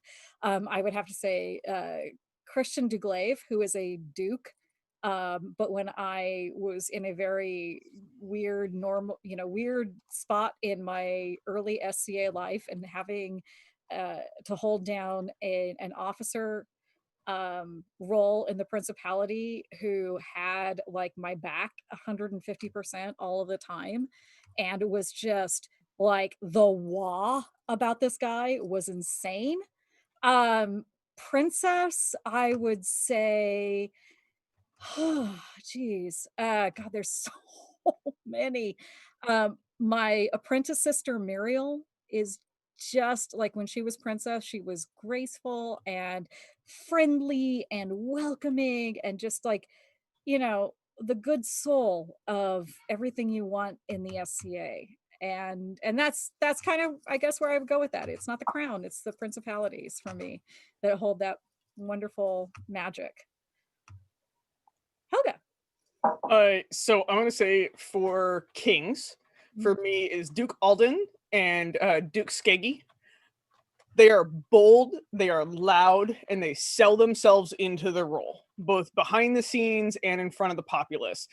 When you can stand on the Ontyrian throne to give the invocation speech, you got my points there. That was like literally one of those ones that are like, I'm getting lost in this moment. When a king will gallop a horse in a circle because the horses actually run away with him and won't stop galloping while he's still giving the rousing war speech to the army and doing it in a clear, concise fashion that looks like he is completely in control and this is just a moment from Hollywood or our fantasies, that's king-like. It gave me moments in time within my SCA career to get lost in that like pageantry and that like just I don't have a word for it. The verbose nature of kings is actually a thing for me. Like, I want the theater and I want that person to consume the role and let that role be embodied by them. And so those two people do it very, very well for me. For queens or princesses, I'm actually going to add or princesses in here since we have principalities. I'm going to say that Sylvie as princess embodied poise, and she gave to her populace and she listened and she embodied this quiet power every time she sat and every time she spoke. No one did not hear her, but she never had to raise her voice. And she was also this fun little party sprite. Where it was just like, she's not going to go out there and get drunk and make an ass out of herself, but she's going to go and facilitate trouble. And everybody's going to blame it on Fergus. Like, every single person was going to blame it on Fergus. But Sylvie was going to be like, I'm just going to drop this trouble bomb right here. The event will have stories out of it, and I'm just going to, off and away I go. And like, the coronet will be poised, and I will look amazing, and I'm going to have a lot of fun doing this. As queens, Neva and Evany, for me, in the West Kingdom, embody what it's like to sit the throne and give back to the populace without surrendering your own identity to it. And so I attempted to mimic them when I reigned. Everybody drank. And how they also give back with their time. They give back with that power. They give back with that station constantly in everything they do. And they do it with this magnanimous gesture every time. And it is both humbling and lifting with everything they do. So those are all my peoples in a little box. And Fergus, if you're watching, or Sylvie, if you're watching, you better tell each other. Right. Interrupting for a minute. We are at an hour 30. We have what, 4 more questions on the docket. But yeah, we have 4 more questions. Are people willing to keep going? I'm fine going. Or Casca, are you good? Okay. The crowd, are you good? I'm having fun. Okay, so I need to run to the little Tulia's room and use it, but I'm going to say, Helga, Casca, you should answer questions from our audience or whatever comes in. Okay, I got this. So go run use the bathroom. I'm going to choose a question real quick. Okay. Hell yeah. All right.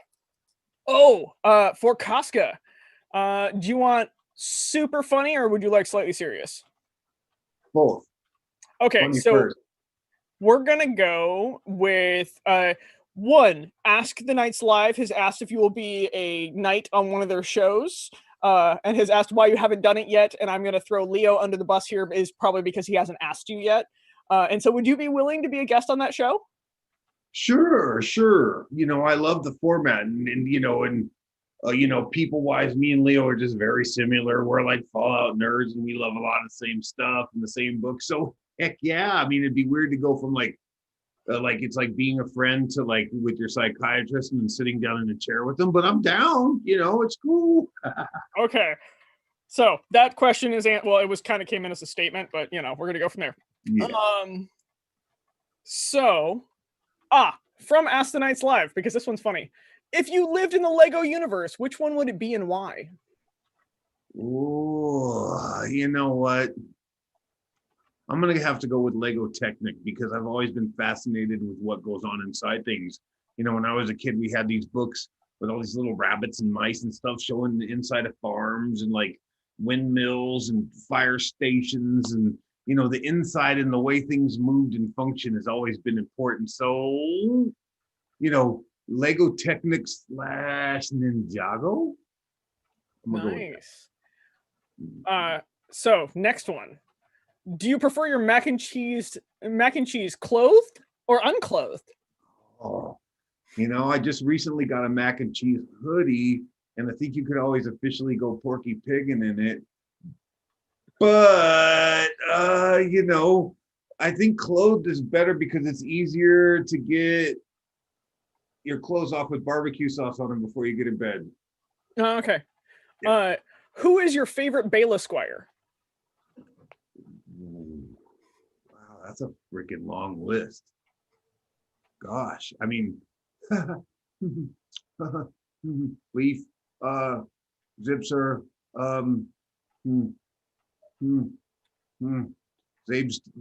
Zach is very wacky. I'm gonna go with Zipser. Okay, I'm like scrolling through these questions. I was told to ask about your hammer. Blink, blink. I'm sure there's a funnier story than I have available with that, but I do know that more than once a helmet has come into my shop the wrong size, and after a couple of hits with the special hammer, they're the right size. Do you think that's the context? I doubt it. I have no idea. I literally just got sent the message from the Wobbly hammer. H. Mind you, I would like to note, I'm going to shout out to the Wobbly H because they are my boys. That I got ask him about his hammer in quotes, and that was from Travis. I will say that my Repoussé hammer is much larger than most people's. We're just going to roll with that. So with that, now that we've done the rapid fire questions and Sassy. Okay. Back to the questions. Is it my turn? Nope. Sassy, it is your turn. Yeah. Okay. If folks feel, okay, this is from you, Casca, to Casca. If folks feel like they have more of a voice on social media, how do you gain that same line of communication at events? Yeah, I think that's important because it feels like, especially with wonderful shows like these, and the awesome, the Between Two Ladies Roses, the Between Two Roses ladies. If you haven't tuned into them, you gotta watch. It's important because here we can throw our voice out, and it feels like it's heard much more. But what I'm encouraging you to do, if you feel like you're not having inputs into your environments, you're probably approaching a lot of the wrong people. I mean, one of the things that I really pride myself in, is I am just a huge nerd, and I want other people to know I'm a nerd. But in the same sense, I always try to reach out and say, well, we're all so very similar. And so the way to have inputs in the real society, just like you're having it now on the internet, is to go find somebody that's more like your tribe, somebody who has most pieces like you, and gosh, we're all here. And so what I'm encouraging people to do, they always say is hey, just walk up and talk to me. But, be clever, walk around and listen a little, because if you watch up to my groups, we're not talking about Sun Tzu and politics and our rivets decorations. We're talking about movies and probably jokes that I won't even attempt to edit on this format, and what got done last night. And we're just having fun with our friends we haven't seen in a while. And those lines of communication are there, but if you go up and you feel like you're not getting that communication, it's because maybe you were a little hasty in the people you reached out to. But I guarantee you there are people just like you out there. I mean, I spend so much trying to say hey, I'm just a big Star Wars kid, and that's the beautiful thing about our club is there's always going to be somebody who wants to talk to you. You just got to find them. And so those inputs are there. And I promise you that, and it might be the biggest, scariest person, if you've ever met Vitor, this big, huge, scary, beautiful, heroic man spewing Elizabethan might into the world with plays, but just such a caring, beautiful, humble man who just, loves to talk and, be himself. So I think I've just circled around about 3 times with the same statement. If you don't feel like you have inputs, take some more time, find your people. Helga. I'm going to say that remember that people are shyer than they actually come across. And if you treat everybody that way and you give them that kind of that understanding, I wouldn't say respect, I would say understanding, that if on the internet we can very easily play a character and we can very easily disassociate with some of our social anxieties. And so gaining that same line of communication or that ease of access, we're going to have to remember that when we're together, that we now deal with the social anxiety pressures and we deal with some of our personal interaction pressures. And so if we respect that out of each other, I think that we can actually give enough ground that people will very quickly grow into the role of open, honest communication, but there has to be a trust built there first that can be faked on the internet, that can't be faked in real life, because facial expressions are a real fucking thing, by the way, people. Oh yeah, micro expressions. Micro expressions are a thing. I am very, very, very finely attuned to those. Yeah, well, almost anybody that has either been through an abusive relationship, has childhood-based PTSD, has been in the military, which, oh, by the way, is most of the fucking SCA.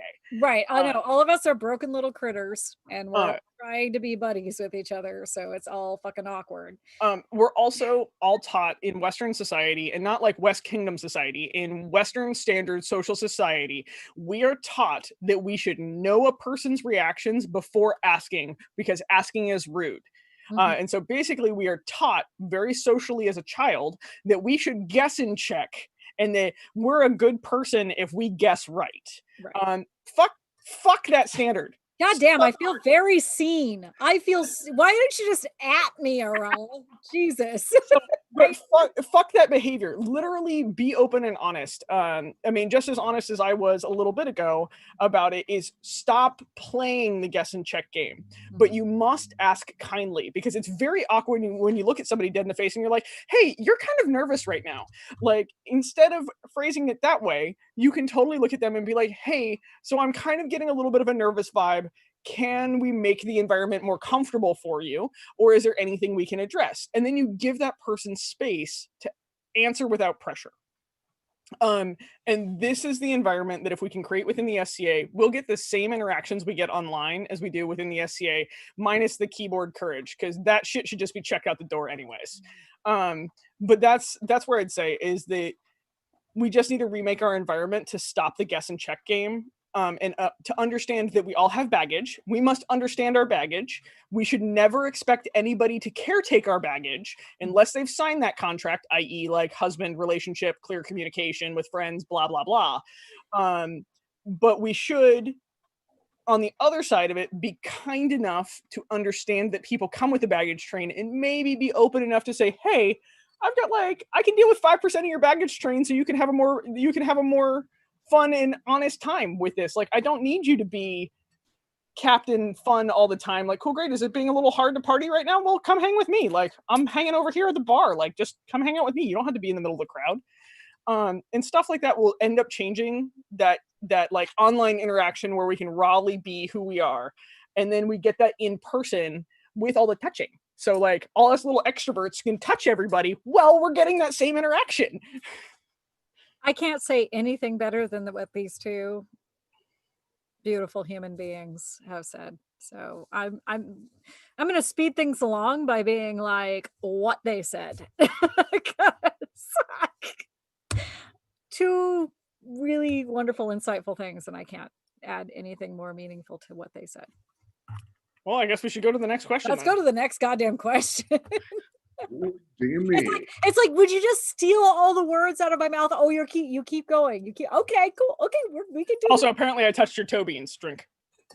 Did you touch my toe beans? Well, you said I just added you. Oh yeah, you did.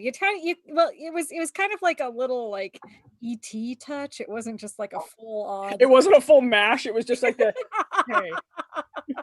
Like, bitch, why you don't just at me? Yeah. All right, this is my favorite question of the show because I just can't hear this answer out of you too.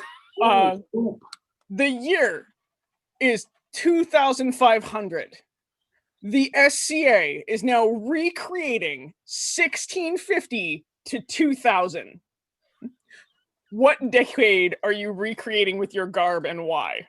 That was my question. I asked that. That was for Sophia. Hold on. What's the year span again? 1650 to 2000. To 2000. Oh, right. I'm a LA metal dude. You know what's coming with me. I'm coming parachute pants, long spikes. I'm going to do some Motley Crue hair. Oh, girl. Get some black stripes under my eyes. I'm going in with my elbows up moshing. I know Motley Crue moshing. Coming still. So I'm going in LA metal style with a baseball bat covered with barbed wire. Yeah. Oh my God. I am so into that. Shout at the devil, baby. Yeah, I got you. I'm picking up what you're putting down. Feeling you.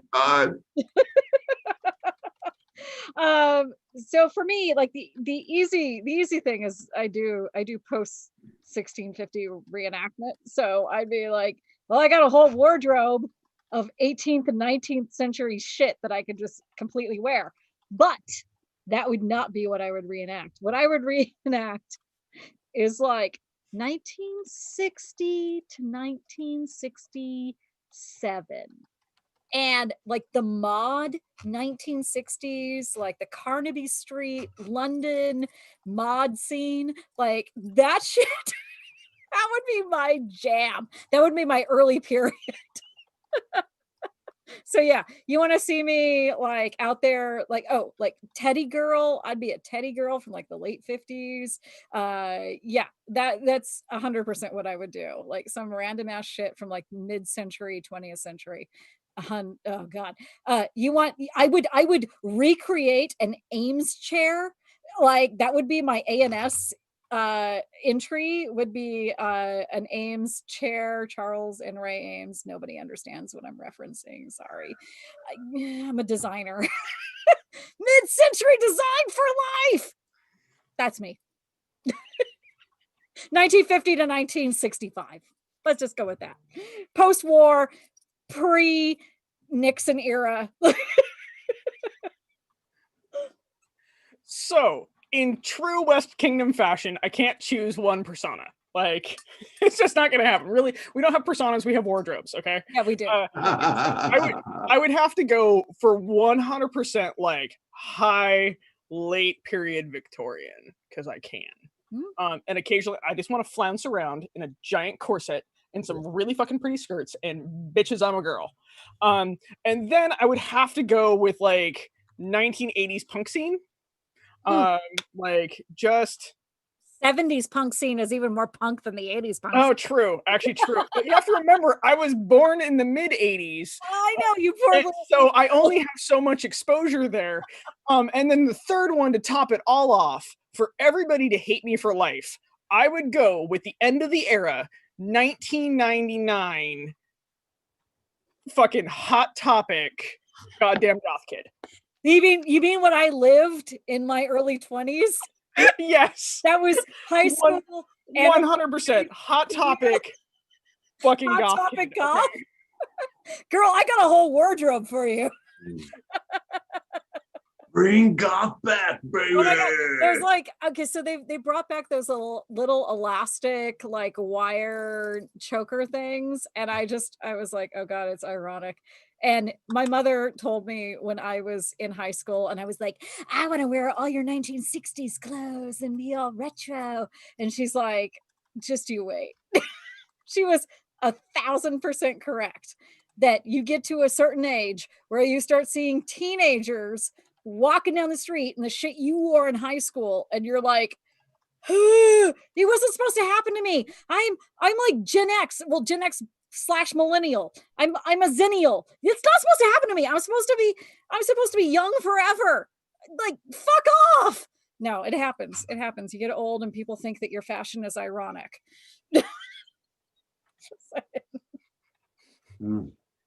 I'm still thinking about Hot Topic goth. Sorry. Okay, we'll move on. You know. Oh, girl, that was I did for a long time have the Hot Topic like pleated, really short goth skirt with the really big pins in it. That was one of my favorite things that I owned, especially when I was breaking horses for a living, because I was like all thigh and upper body and then little short skirt. Oh, girl. Oh. Goth breaking horses.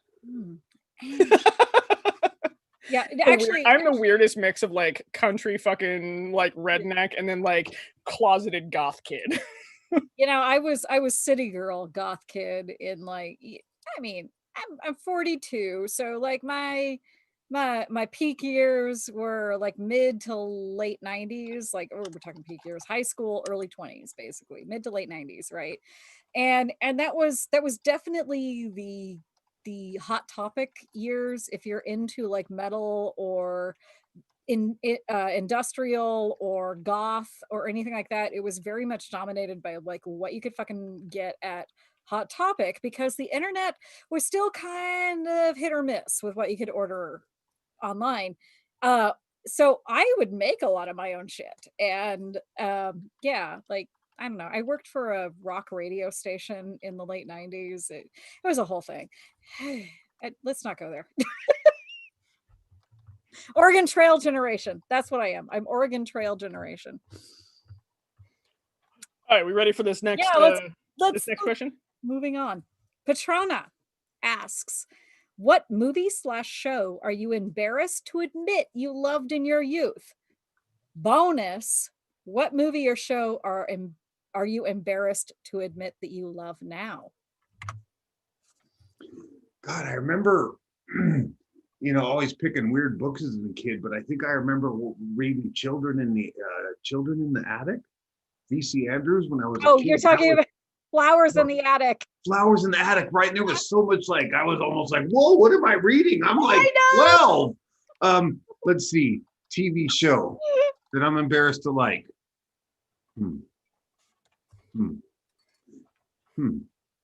I really enjoyed a documentary series called Most Evil, where they rated all the serial killers by numbers. That's a little weird.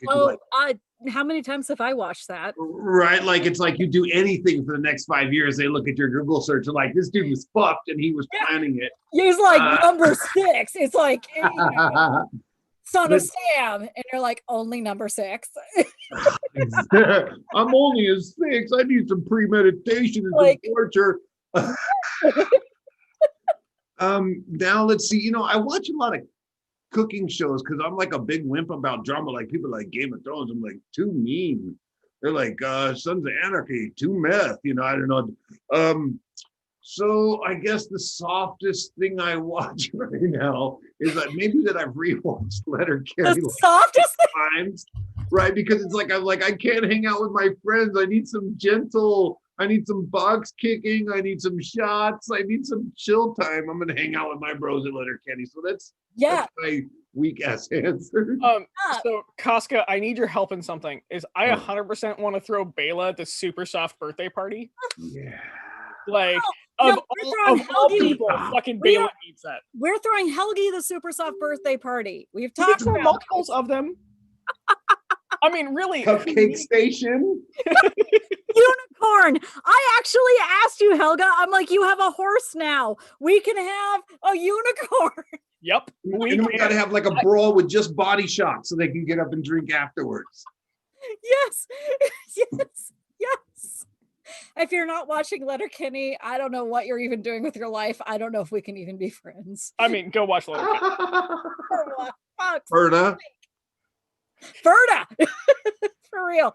It's funny actually, because I early on when Thorfinn and I discovered Letterkenny, so Thorfinn's BFF in the entire universe is Ulf Bloodfoot, who was a previous guest on the show, and we messaged Ulf. Ulf is Canadian, and we're like, have you been watching Letterkenny? And he's all, yeah, no, that's very no.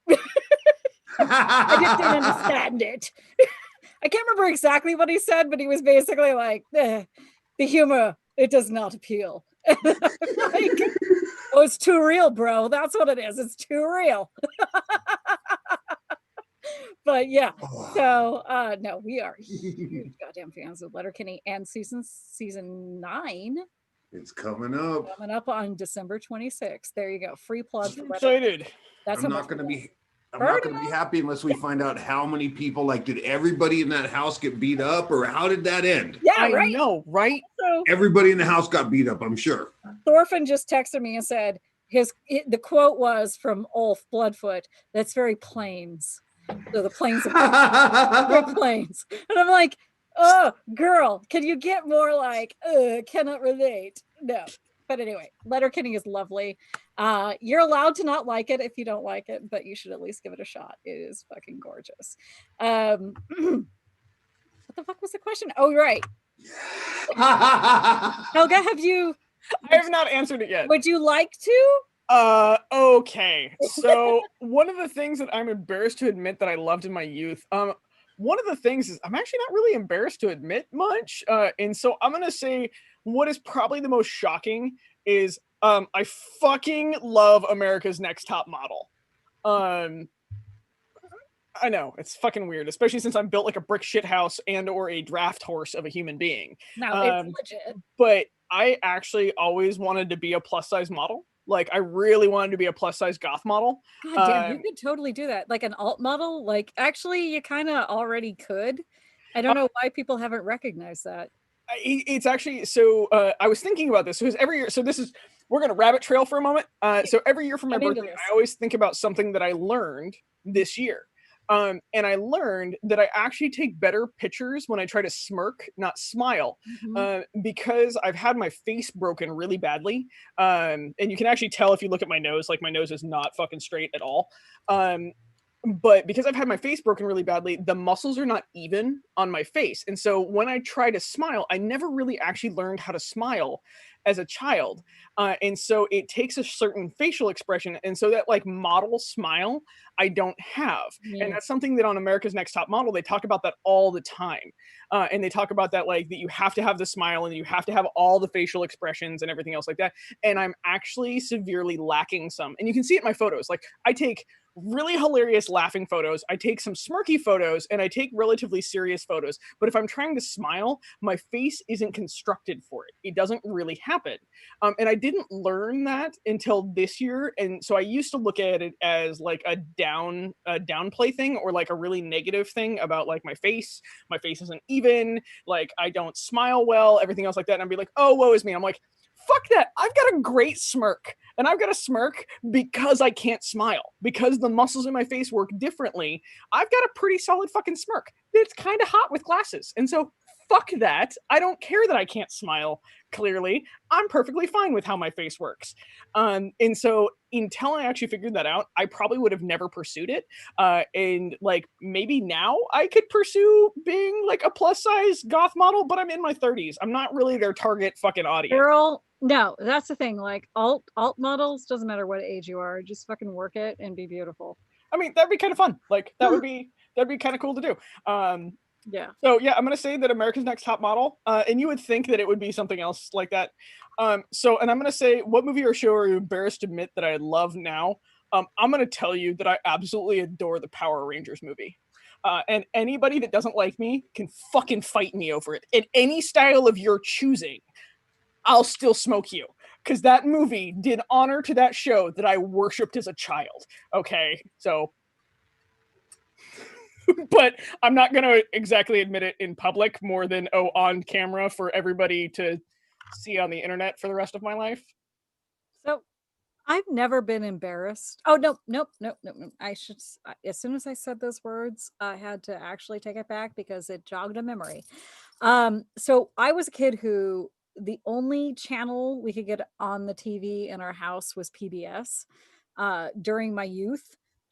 So my guilty pleasure, because I was also homeschooled in high school for a portion of time, was to watch PBS in the middle of the day. And the things that were on in the middle of the day, of course, were very, very not, it was the mid 90s. It was not 90210. It would be things like just the educational shows that they would show on PBS. Now suddenly all of the names or the titles of these shows are evading me. Wishbone. I loved watching Wishbone, and I was in my teens, and that is a show that is for like preteens, but Wishbone was like the best. Little dog reenacting cool show, like books, like kind of reenacting like stories from books and everything. The weird one was Pride and Prejudice, where it was supposed to be like he was Mr. Darcy and there was a human Elizabeth Bennet. That was weird, but like fucking no, that shit was my jam. Wishbone. There was one, what was it, Ghost Rider, where there was like a computer that was possessed and these kids were trying to solve crimes with it, but the crimes are coming through with words. That shit, I loved that shit when I was like 18 years old, and I got mocked mercilessly for that. So yeah, total PBS kid, totally into that, and wonderful. Now though, I mean, there's nothing that I wouldn't own up to watching or having a guilty pleasure about, but I really, okay, all right, contentious. I'll throw this out here. I'm really enjoying Mandalorian, and if you don't like it, fuck you. I really liked episodes what was it? Whatever the last 3 trilogies were, I really like those. I named my kittens after Ray and Finn. I see Baby Ninja dying. Whatever, over there. I don't know, maybe it's not me. Well, fuck you, Baby Ninja. Don't roll your eyes at me, child. I had to sit through fucking the prequels and the shit that the prequels were. As an adult, you can deal with the fact that like maybe not everything lives up to your expectations now. I mean, we had to go through that. You can go through that yourself. I actually enjoyed The Mandalorian just for very specific reasons, and yes, Stream can hear me. So Okay, you good. can take that and just go over there with the sass. Now I'm gonna enjoy the fact that they did Mandalorians right for once, and I'm gonna be happy with myself. Well, Mandalorian was essentially everything I've been waiting for the last like 40 years, essentially, maybe 35 years. But yeah, I'm really enjoying it. I'm really enjoying it. And you know what? The haters to the left. I don't care. So that's my answer to that question. I'm not ashamed, but it is contentious. All right. So are we ready for the last question of the evening? The last question. And I'm just going to say the show is rocked. Casca, I've absolutely adored having you on. Oh, I am actually, Casca, I'm really mad that we're already friends because now I'll have to unfriend you and refriend you to just like give you the amount of like how much I really enjoyed the showness. I'll be glad to like chat with you. Please hit me up. I'll I can tell you about how my silly day's going, and I'd love to hear about yours. I like silliness. Please. Yeah, do that. Okay. So the last question of the evening is a bonus just for you. This one comes from Juliana. For Casca, what vault are you from / which is your favorite? And what vault would the host be from? For everybody Wow, on the that's audience, this is hard. a There's so Fallout many question. numbers. I don't play this game, so I am fascinated. I'm never going to get all the stories right, but there's been so many bad experiments. I got to say, I'm going to go with, I'm never going to get this right on the spot, but, Fallout New Vegas is kind of my favorite. So I think is that 101. And, and then I'm going to just put everybody else in 76 because that way we can all hang out together and we can all go to my private server and hang out. And I'm going to go with Vault 76 for everybody else, but 101 for me. That's my whole answer because I want to hang out with all these people and kill rad scorpions and death claws and mutants and the whole room you don't see right now is all decorated with Fallout stuff. It's just, they put up the little backdrop to be a good boy. I know it's kind of anticlimactic.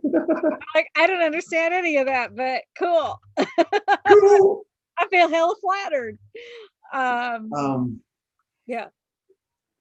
Okay, actually, I feel like we should ask a question we could all answer. Yeah, please. Okay, I'm scrolling through. We got a lot of really good questions for this. The ones in yellow were already asked. I know. So I'm asking the ones not in yellow. Give me a minute. Like yellow snow or? No, kind of that color. I didn't choose a bright yellow. I chose a soft yellow. So yeah, actually, Well-hydrated yellow. Okay. Yeah, a well-hydrated yellow. Actually, this is like you drank too much coffee yellow because the well-hydrated yellow is a little bit more washed out, and you add too much Red Bull, then you get that like neon yellow. I'm going to ask this question. This is Agnes. Yams / sweet potatoes, with or without marshmallows?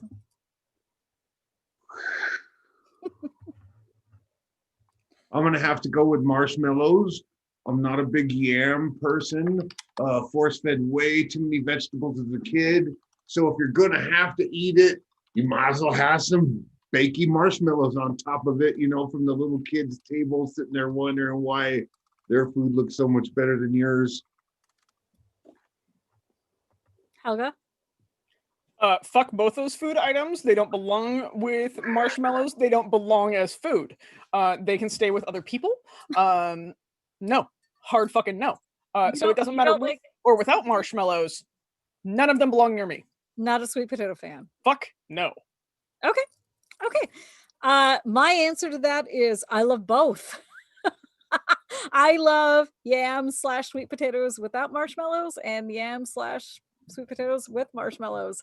I love the marshmallows because it's kind of that wonderful, like, it's not really a savory sweet thing. It's mostly sweet. But it's got that like really lovely carby, fatty aspect to it, and that's lovely. Uh, it was not a thing actually in my family. The sweet potato dish with the marshmallows, that is very a classic American Thanksgiving dish. That was not a thing in my family. My family, we did lasagna. Um, we did a variety of vegetarian and vegan stuff. And we also had like ham and turkey, etc. But yeah, we really didn't do that. And so I got introduced to it through other people's, my friends' families when I would go to their families for family functions for holidays. And once I tried that, I was like, oh, this looks really weird. It's like baked marshmallows on top of tubers. Like, why would that even be a thing? And I am somebody though that will try it at least twice. Once because I have to try it, twice to know that I don't like it. And by the second time, I was like, this shit rocks. I'm into it. And then that led me to just trying sweet potatoes and yams on their own. And I actually really like them. I eat the shit out of that. The end. Nice. You can have all of mine. Okay, I'll eat all yours. You can eat. I'll eat all your carrots and stuff. I don't You know. get my carrots, you get my sweet potatoes. Like, Maybe it's the orange thing. Do you not like orange foods? Is that what it is, Helga? Is it just an aversion? no, because oranges are amazing. You like oranges. Okay. Yeah, like citrus is fucking baller. Mm. Our orange tree is going crazy right now. Do you want oranges? Because we can. Oh no, I have a 40-foot orange tree at my house. Oh, that's right. You guys also have an orange tree. Yeah, like we're in California. Everybody has an accidental citrus tree somewhere. So yeah, in California, basically, in most developments of a certain age, it's either a lemon tree, lime tree, grapefruit tree, or an orange tree. And almost like you can go down the block being like, this house has the orange tree, this house has the lemon tree, this house has the grapefruit tree. Anyway. My neighbors had avocados in Long Beach. Oh God! And then you have the avocado trees just thrown in there randomly, and those are gold. I would like to note that we have an avocado tree 2 doors down, but it's like the gangbanger house, like hardcore. And I just walked over there and was like, so hey, I would like to raid your avocado tree. Would that be cool? And like the dude was just like, and looks at me and walks in the house, doesn't say fucking shit all. Literally walks in the house. I'm like, oh, okay, well, didn't meet my neighbors very well then. And start trucking back, and he comes back out and he was like, white girl, you can have some avocados. You had to check with the boss. Okay. Mom! Yeah. Like, and I just, me and my little fruit basket on a pole, like, and like skitter back home. Let it be known avocado drone coming in. Yeah, I know, seriously, like, just, I need the perfect one. It's like the branch 5 up and 2 to the left. Like, that's the branch I want. Oh, for sure. So yeah, in our neighborhood, Araya and I live about a mile from each other. So we're within like kind of the same general location. And there are avocado trees every, so many houses. You go citrus, avocado. And I don't know if this is the same for everywhere in like the western part of the United States, but it is for sure a fucking thing in California. If you can get your hands on an avocado, it's like gold. It's like the fruit of the gods. And so every time Kelly and I, Thorfinn, whoops, I guess I have to drink, right? Thorfinn and I will be walking around doing our morning walk, and there's several houses along the route that have these avocado trees that are just like, front yard. They're just dropping avocados, and we're always like, we should just take them. And I feel like it's stealing, and so we don't. So, but they look really delicious because avocado. How about the cat-sized rats all over the wires? Oh, eating the God. fruits. Oh yeah, we have those too. Those are good, and also the cockroaches. Is very not cool. Yeah, it's fun. It's fun living in the central coasty part of California. Kunahild says, "Stop rubbing it in, you assholes." Oh, Kunahild, who lives in Alaska and can't just pick fruit off trees. I guess it's not a thing that happens everywhere. That's so weird. She can walk outside and pick a wild moose out of the herd of meese. Oh my god, she gets meat. She gets meat for like months, and we just get fruit. Or imagine not even being able to leave bananas in your car because they freeze and get all nasty. It's like it freezes too. Okay. Yeah. All right, guys. We've talked All right. about avocados and all sorts of random I was shit. about to say, this show has gone all over the map and then come back again and has been an absolute delight. So with that, I'm going to wrap up this 2-hour and 16-minute episode. And so I just want to say thank you to all of our people that continue to tune in. Casca, do you have a shout out? Thank you. Something else that you would like to say that wrap up with the show? I would just say, please, keep watching this show. Keep smashing those like buttons. Don't be afraid to go back to their back catalog and hit a bunch of likes there. Comments are really good for the show, and go out and find the other shows that are out there. I mean, it's weird to have all these one-sided friendships, but invest and go out and gosh, the ladies in Australia, and and I'm learning how to be an Outlander from the Outlands teas that are going on here, and just I want to say thankful to all you all, because really, I remember I got asked to be with the sisters, and I wasn't like pooping the bed because I had watched you all long enough that I had ideas about how I would answer things, and I just want to say thank you to you all, like really very seriously, and I appreciate you, and you've been company for me in a hard era, and just make sure that if I get a chance to see any one of you, and I'm actually looking at more than one person on my screen, and just I owe you all some hugs and some love, and I appreciate you, and I always have time for you if you want to send me a note. I'd love to talk to you. Thank you for everything. That's me. Okay. Miss Tulia? Oh, me? Okay. Nope. I've been a slacker this week. I haven't been watching anything. I've just been trying to keep my head above water and hang in. And, life is full of fuckery. So right now I can't give you this is a really cool thing to watch, other than to absolutely plug our sister show, Ask the Knights. Dear God. We'll hear about it later if we don't. But also I love you, Logan. But yeah, I haven't watched anything lately. I've just been kind of like, watching Repair Shop on Netflix or The Crown. I do want to say though that the person who did our theme music had an injury recently, a catastrophic injury to his hands. Did not go well. He's a musician. He did our beautiful theme music, and his recovery is going well. He has all of his digits intact.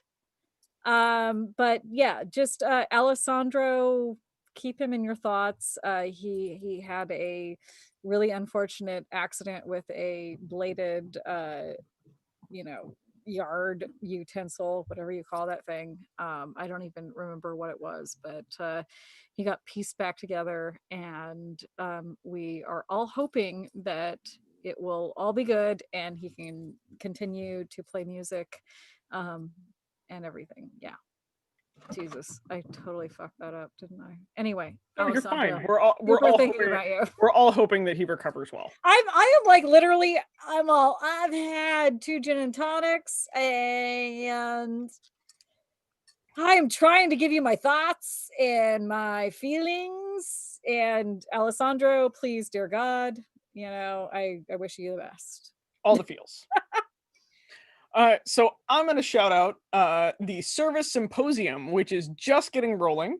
So on President's Day weekend, the West Kingdom will be hosting an event around the idea of hyping an event, running an event, how to network. There'll be roundtables, classes, discussions. There's gonna be a lot of really cool things about like the back end of keeping the SCA running and some of the adaptations we've had to make through the pandemic. I'm really looking forward to this event. You can find it. There's a Facebook page for it because there's like big discussions going on and we're trying to recruit teachers right now. I'm gonna say we because I totally got like sucked into this and I'm having fun with it. So I'm like pimping my own stuff right now. Sorry. But check out the service symposium. You can find it on the page. There's already a class list up. There's a save the date. So check it out. It's going to be a good blast. And also it's going to be full of information. They're also doing officer discussions. So if you ever want to be an officer or you're interested in an officer role, they're going to be setting up classes with people that have gone through those officerships and can teach the basics. So you walk into an officer role with a little bit more knowledge than you currently have. And so you can be comfortable in settling into that quicker. So check it out. Pew pew. I think it'll be super fun. I'm teaching a hype class, so like how to hype an event, or basically how to like rockstar market your event. I'm super nervous about this. Actually, take that class though, because she's really good at it. I hope so. Kind of. You are. Don't hope so. You actually are. The power of social media. Right. So beyond that, I would like to say that Casca shouted out every other show that I had a plan for. So go check them out. There's so much online content. Like and share the content. It helps the people that are making the shows know that it's like wanted. And that's as a content creator, it helps us keep going. And there's so many other amazing shows out there. Go spoil yourself, listen to them at work, check them out on YouTube or Facebook. Most all the shows are searchable by their name. The KWEG, or Known World Entertainment Guide, has a huge list with everybody's links to their pages or YouTube channels. So go check it out. And with that long ramble about everything under the sun, I'm going to go ahead and remind you that, oh my God, we still have merch. What? So go check out merch. Also, there are merch updates coming down the pikes. Yes, I promise 100% it'll happen. There are plus size leggings coming down. You're gonna pike. Like, do you want spike sprinkles on a set of leggings? We got you. Do you want Sassy's and I's face on a set of leggings? No, you really don't. But I mean, if you do, cool. That's possibly also happening. But we have shirts and stickers. Hey, how about a mankini? Oh my God! If we get a mankini, will you wear it? Hey, girl. I will. As long as you field the calls after I model. Okay, I've got you. I will 100%. I will market the hell out. We will make this a fundraiser. Also, speaking of fundraisers, I'm gonna pimp something real quick. Do you like Krampus? I made a shirt. Holy shit! It's actually in the comments or in the description of this YouTube channel. We're doing a fundraiser for a glass blowing group in Chicago, and all the profits. We aren't. You and Feed the Ravens. Feed the Ravens. Sorry, my bad. Although I would love to like stick Between Two Peers onto that, but it is Helga and Feed the Ravens. Yeah, sorry. Fundraiser. And so we're doing that. We've already raised $1,000 in 24 hours. You get a cool shirt.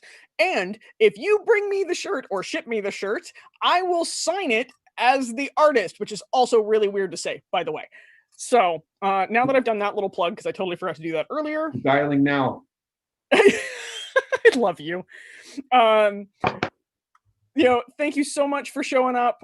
We can't wait to see you next week, which there will be 2 episodes. So we get a bonus episode on Wednesday with Baroness Anna, who is getting to redo her episode with us. And then Friday, we have Duke Mark. And so we're going to go from there, have a good time, and we'll see you all later. Yeah. Peace.